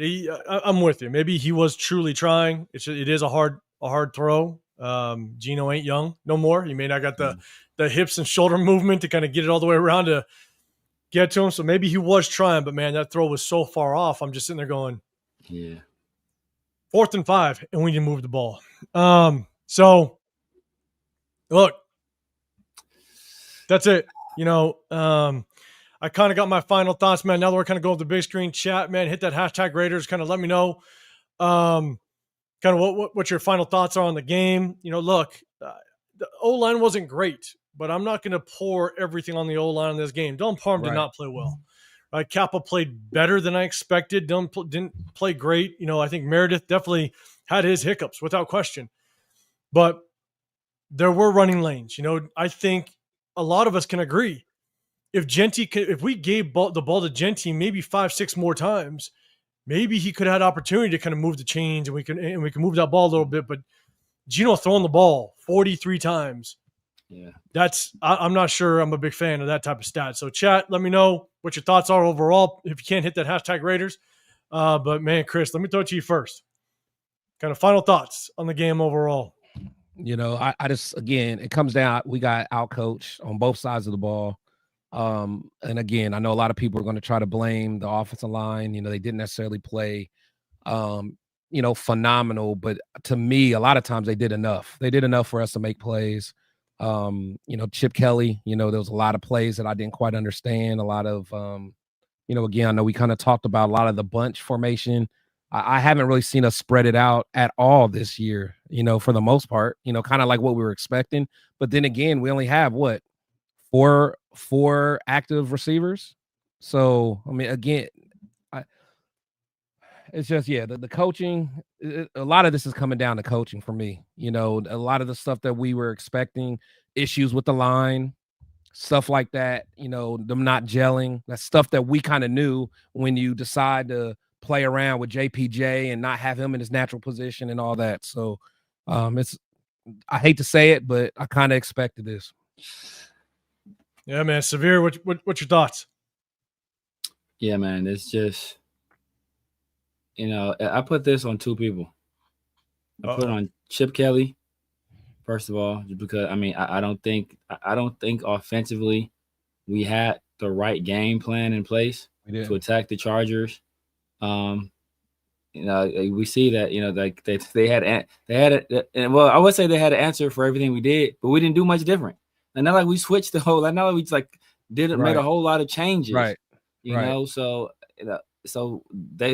we gave them one question on the test and they answered it, and it was like, well, damn, you know, for the rest of, you got us. And then Pete Carroll, you supposed to have these guys ready to play, bro. It's your birthday. You didn't have your team ready to play on your birthday. You know, like you only turn 95 once. If you to come out, like it's 95 or 94, man, these dudes, and then not ready to play. Like they said, there's no fire, no desire. You got your first overall draft selection out there, dogging it, walking around, and walking like fixing his gloves while his quarterback is running for his life. Like that sets a bad precedent. And so I look. Ideally, we give him the ball more, but I ain't giving him the ball, bro. And no, you ain't, bro. You gotta earn your keep around here. You gotta earn your keep around here. And I don't care. And you can't. Hey, I give it to whoever decision it was not to put him in the game, because if it's all about compete, I don't want your ass on the field if that's what you're doing. I don't care how talented you are. If that's what you're doing, you sit your ass down. You can look at the service tablet and give us some suggestions. But yeah, man, like this team wasn't ready to play. Then we didn't even talk about the mismanaged timeout on the 4th and 1. How do you not have your defense ready on 4th and 1 on the plus side of the field? When we see like we got Justin Herbert here, we got Najee Harris, we got Omarion Hampton, and we got essentially not that big of a front. So like, you don't think these guys are going to try to get it on 4th and 1? You got a mobile quarterback. Like, bro, have your people ready. You're burning timeouts down 2 scores. Like, what is this? This is your wheelhouse. This is what we hired you for, and you're messing up that. Like, you're supposed to be the preparation guy, the clock management, game management guy, and you're not doing any of it well right now. So, and Patrick Graham, bro, come on, like with the max dropping max in the coverage, and like the guys getting mixed up in the back end. We had the busted coverage from Caillou. Or Palomar, whoever you want to put that on. Right at halftime. At halftime. The worst case scenario, you give up a quick score before that. Like that should be before you send your guys out here. The first thing you say, keep everything in front of you. Rally and tackle. The very worst thing we can do is make them burn a timeout or burn some clock. Like that at the very least. The one thing you don't want to happen is to give up a big play score. And that's what we did. And then they were able to get the ball back after the half. So these guys weren't ready. You guys weren't ready top to bottom. Yeah, Tom Brady in the booth. Like, bro, they're already on your ass about this job you got. You just got your permission. It's like you get caught. It's like if you get your girl think you're cheating on you, so she gonna let you go out with your homeboys. And then the first time you go out with your homeboys, she check your phone and you got some like, bro, what are you doing? The first time we let you out the house, the first thing you do is you do this. Like, bro, you ain't never leaving the house again. They just said you can be on in the film session or be on in the production meetings. And the first thing you do, they catch you with the headset talking to Chip Kelly. Like, bro, it's like, what are we doing, man? Hey, I'm gonna give you a throwback. I'm gonna give you guys a throwback. I think this is what circa 2004. Bill Callahan. We gotta be the dumbest team in America. We gotta be the dumbest team in America. Shit. Man, this is wild. We got a chance to clean it up next week. You boys better be ready. It's on a short week versus a team on a long week. I was seeing in the chat some people were saying that Jaden ain't playing. But last time we faced a backup quarterback, I think that was week 3 too. We got our ass whipped. Week 3, home opener. We got our ass whipped. Again, so last time we faced the backup quarterback, week 3, we got our ass whipped. So we'll see. And Cork, man, he's saying, what are y'all thoughts on our receivers, man? I'm telling you, outside Jacoby, there's not a whole. I mean, Trey Tucker showed he can get open, right? We saw a couple opportunities that were missed by Geno, but outside of that, it's hurting. Like Deontay Thornton, he's got to crisp up his route running. Yeah, he's got to show that he can be more than just a guy that can maybe just get down the field. But what was really weird when we were looking at that final play on 4th and 5, we had Alec Bachman out on the field. Why the hell do you have Alec Bachman on the field on 4th and 5? And he's one of the options. And a guy that didn't even make the 53-man cut. It's like, just personnel-wise, not sure why he's on the field. I'm wondering who wasn't on the field. Beck. Well, Betch was on the field. Yeah, then what do you take? Did you take out Michael Mayer? To put Alec Bachman on there? I mean, Mayer wasn't out there. Yeah. I don't know. It's just to have Bachman on the field tells us that we're not very deep as it relates to the running back position. So, I think that's the hard part. The way you can kind of sum up this one is we got outcoached. Chip Kelly did not use the RPOs. And the one thing I kept seeing, I wanted to point out, like, look, we kept trying to run in such tight formations. It's almost like they knew. They were able to just come downhill and take it to us, right? And so Chip Kelly, no RPOs. We tried to run the play action, but we struggled at it. But then you look at that Chargers offense. The Chargers offense picked us apart. If we blitzed, they hit the hot routes. If we sat in zone, they found the soft spots in the zone and just continued to pick us apart. And so, at the end of the day, we got outcoached. We got outworked. They were prepared. We weren't. I think that's what it kind of comes down to. So, look, it's another week. We got Washington. We got the Washington Commanders, man. I know, Chris, I threw it to you. Severe, I know you said a lot about Genty and everything else. I threw it to you, right? Yeah. Just your final thoughts? Okay. Yeah. Geno, cool. Geno got to be better, man. Geno got to be better. But Geno has to be better. We didn't give him a lot of help. We didn't try to do a lot of different things. I think, the game plan was way too simple. But, Geno, the opportunities he did have, he didn't maximize them. So, look, man, I appreciate everybody rocking with us. You guys know how we do things. We hit you guys after the game. We didn't this game because we were there. Man, shout to everybody that we linked up with. Dub Raider, man, appreciate you. Your event at Tap and Ash was I mean, a lot of people showed up, man. That was a damn good showing. It was a great event. Loon's pool party, tailgating over with Low Gravy and the Raider Nation Live guys. Man, we appreciate everybody that we linked up with and just had a good time, and so I think we're going to try to make this a yearly thing. And so if you guys are ever there, home opener, man, link up with us. But as we're doing today, we also do some film breakdown of the game, and we have a little fun doing it. So we appreciate everybody, man. Chris, let everybody know what you got going, your channel, what they look forward to. Yeah, man. Chris will Protect the Shield podcast, man. Make sure you guys check me out. Always doing my show with my brothers, man. What we doing now? Sunday and every Wednesday. So definitely check me out. Again, salute to Dub Raider. Check out his channel. I do some content collabing with him on his channel. So make sure you check us out. And again, as a lot of you guys know, man, we're just going to always keep it authentic, always going to keep it objective. It's not going to always be what a lot of the fans want to hear, but we're going to break it down the way it is on the film. That's it. We all have our personal views on different players and stuff like that, but when they do well, we're going to give them love. We gave Genty some love tonight. Guys that we, do like I like Devin White, but there was a couple plays he kind of messed up, and I'm glad 805 didn't play the one where Herbert shook him. Yeah, I my God. that. Oh my God. You told me to keep it low on plays, and so I'll keep that one out. Nah, but real talk, man. I'm saying that's what we bring. That's what I bring. That's what my guys bring. So if you like that type of content, check us all out. Yeah, man. All lies, man. That's crazy stats. Geno 10+ air yards, 0 for 10. Yeah, that's nasty. Not good. That is not good. He's traditionally been one of the best in the league at that. Yeah, for the past 3 years, rather. Exactly. So, hey, again, maybe sometimes it takes time for offenses to click. It's a new offense, new personnel. It does take some time, but again, man, I just didn't like seeing the runs in the bunch set so much. It brought everybody into the box, and I just don't think our offensive line really can handle it. So definitely tough, definitely something to watch out for, man. Severe, let everybody know what you got going on, all the shows you got popping all week long.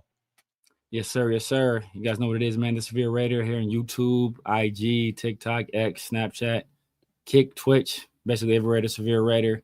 I'm holla at your boy, man. You see me with my guys, usually Sunday and Wednesdays in the Raider War Room. We're keeping it real. Call out my favorite. I was a Chip Kelly guy. You think I want to say Chip Kelly? I'm sitting across from Chris. They don't want to say Chip Kelly do a good job. I'm holding that in my back pocket, bro. I'm holding that in my back pocket. But look, it's marinating, and you know it. I gotta call it. Only thing that started me out this week is because the way Justin Herbert snatched the MCL and PCL off of. That's the only reason I'm chilling. He had to chill. But so yeah, we keep it real, man. Keep it real. Try to be as honest as possible, man. We try to tell you, call it like you see them. You know, I'm gonna keep it. Hey, and I'm not here pulling no punches. I ain't looking for no fair or no favor from nobody. I'm gonna tell you like it is. If you don't like it, hey, it's too bad. It's me. But then also on Tuesdays with my guy Pharaoh and the Film, man, the 50-50 show. Thursdays I got Around the Shield with Pharaoh as well, man. We bringing on guests. We got, man, a guy tomorrow, super special guest, dude I've been following maybe 10 plus years. One of the first football channels I followed, man. So it's gonna be a great show, dude. Extremely knowledgeable. He also does draft stuff in the off season, so he'll be able to break down some of our players, give you his opinions on what he thought of them and what he thinks of them now. So that it should make for a good show. Trying to lock in another guest as well, man. So just be on the lookout for that. What time is that show? Because it's gonna be 7:30 to 10:30 Eastern. 10:30 Eastern. Is it like the real time or Friday morning? Is it a real time or Pharaoh time, bro? Give us some good window. A good window. Watch out for messing with you guys. 7:30, 8 at the latest. Supposed to be 7:30 though. 7:30. Check that out. Hey, and VBs wants to know, you got merch? Severe? No, I don't. I gotta get some. I gotta get some, man. I was wearing something, but I made it for myself. I don't even have none of that either. But appreciate everybody, man. Almond Glaze, man. I appreciate you. SoCal, I appreciate you as well, man. I appreciate everybody that rocked out. All eyes, man. I see you. Reese, what's going on, man? I see you as well, man. I appreciate you guys rocking out with us. Look, at the end of the day, man, like Chris said, we're just going to throw it out there. You know, like, look, I'm a massive Meredith fan, but I'm going to point it out. If he doesn't do well, I will point it out without question. You know, we're just because we said one thing and it shows another doesn't mean we're going to sugarcoat it. We're not going to hide it. We're going to definitely throw it in and show it to you how it is. So, look, at the end of the day, we appreciate you guys. Make sure you guys hit that like button. Subscribe to all 3 channels. You got Chris, Protect Show Podcast, The Severe Raider. I'm 805 Raider, Real Talk, Raider Nation. We hit you guys after the games as well as on Wednesdays. Chop up some game film. So we appreciate you. Hit that notification so you know when we go live after the game on Sunday. It's a short week. Washington Commanders, man. We got to set this thing right. We got to get a dub. So appreciate you guys. Have a great rest of your day. Have a great rest of your week. We'll see you on the next one. We out.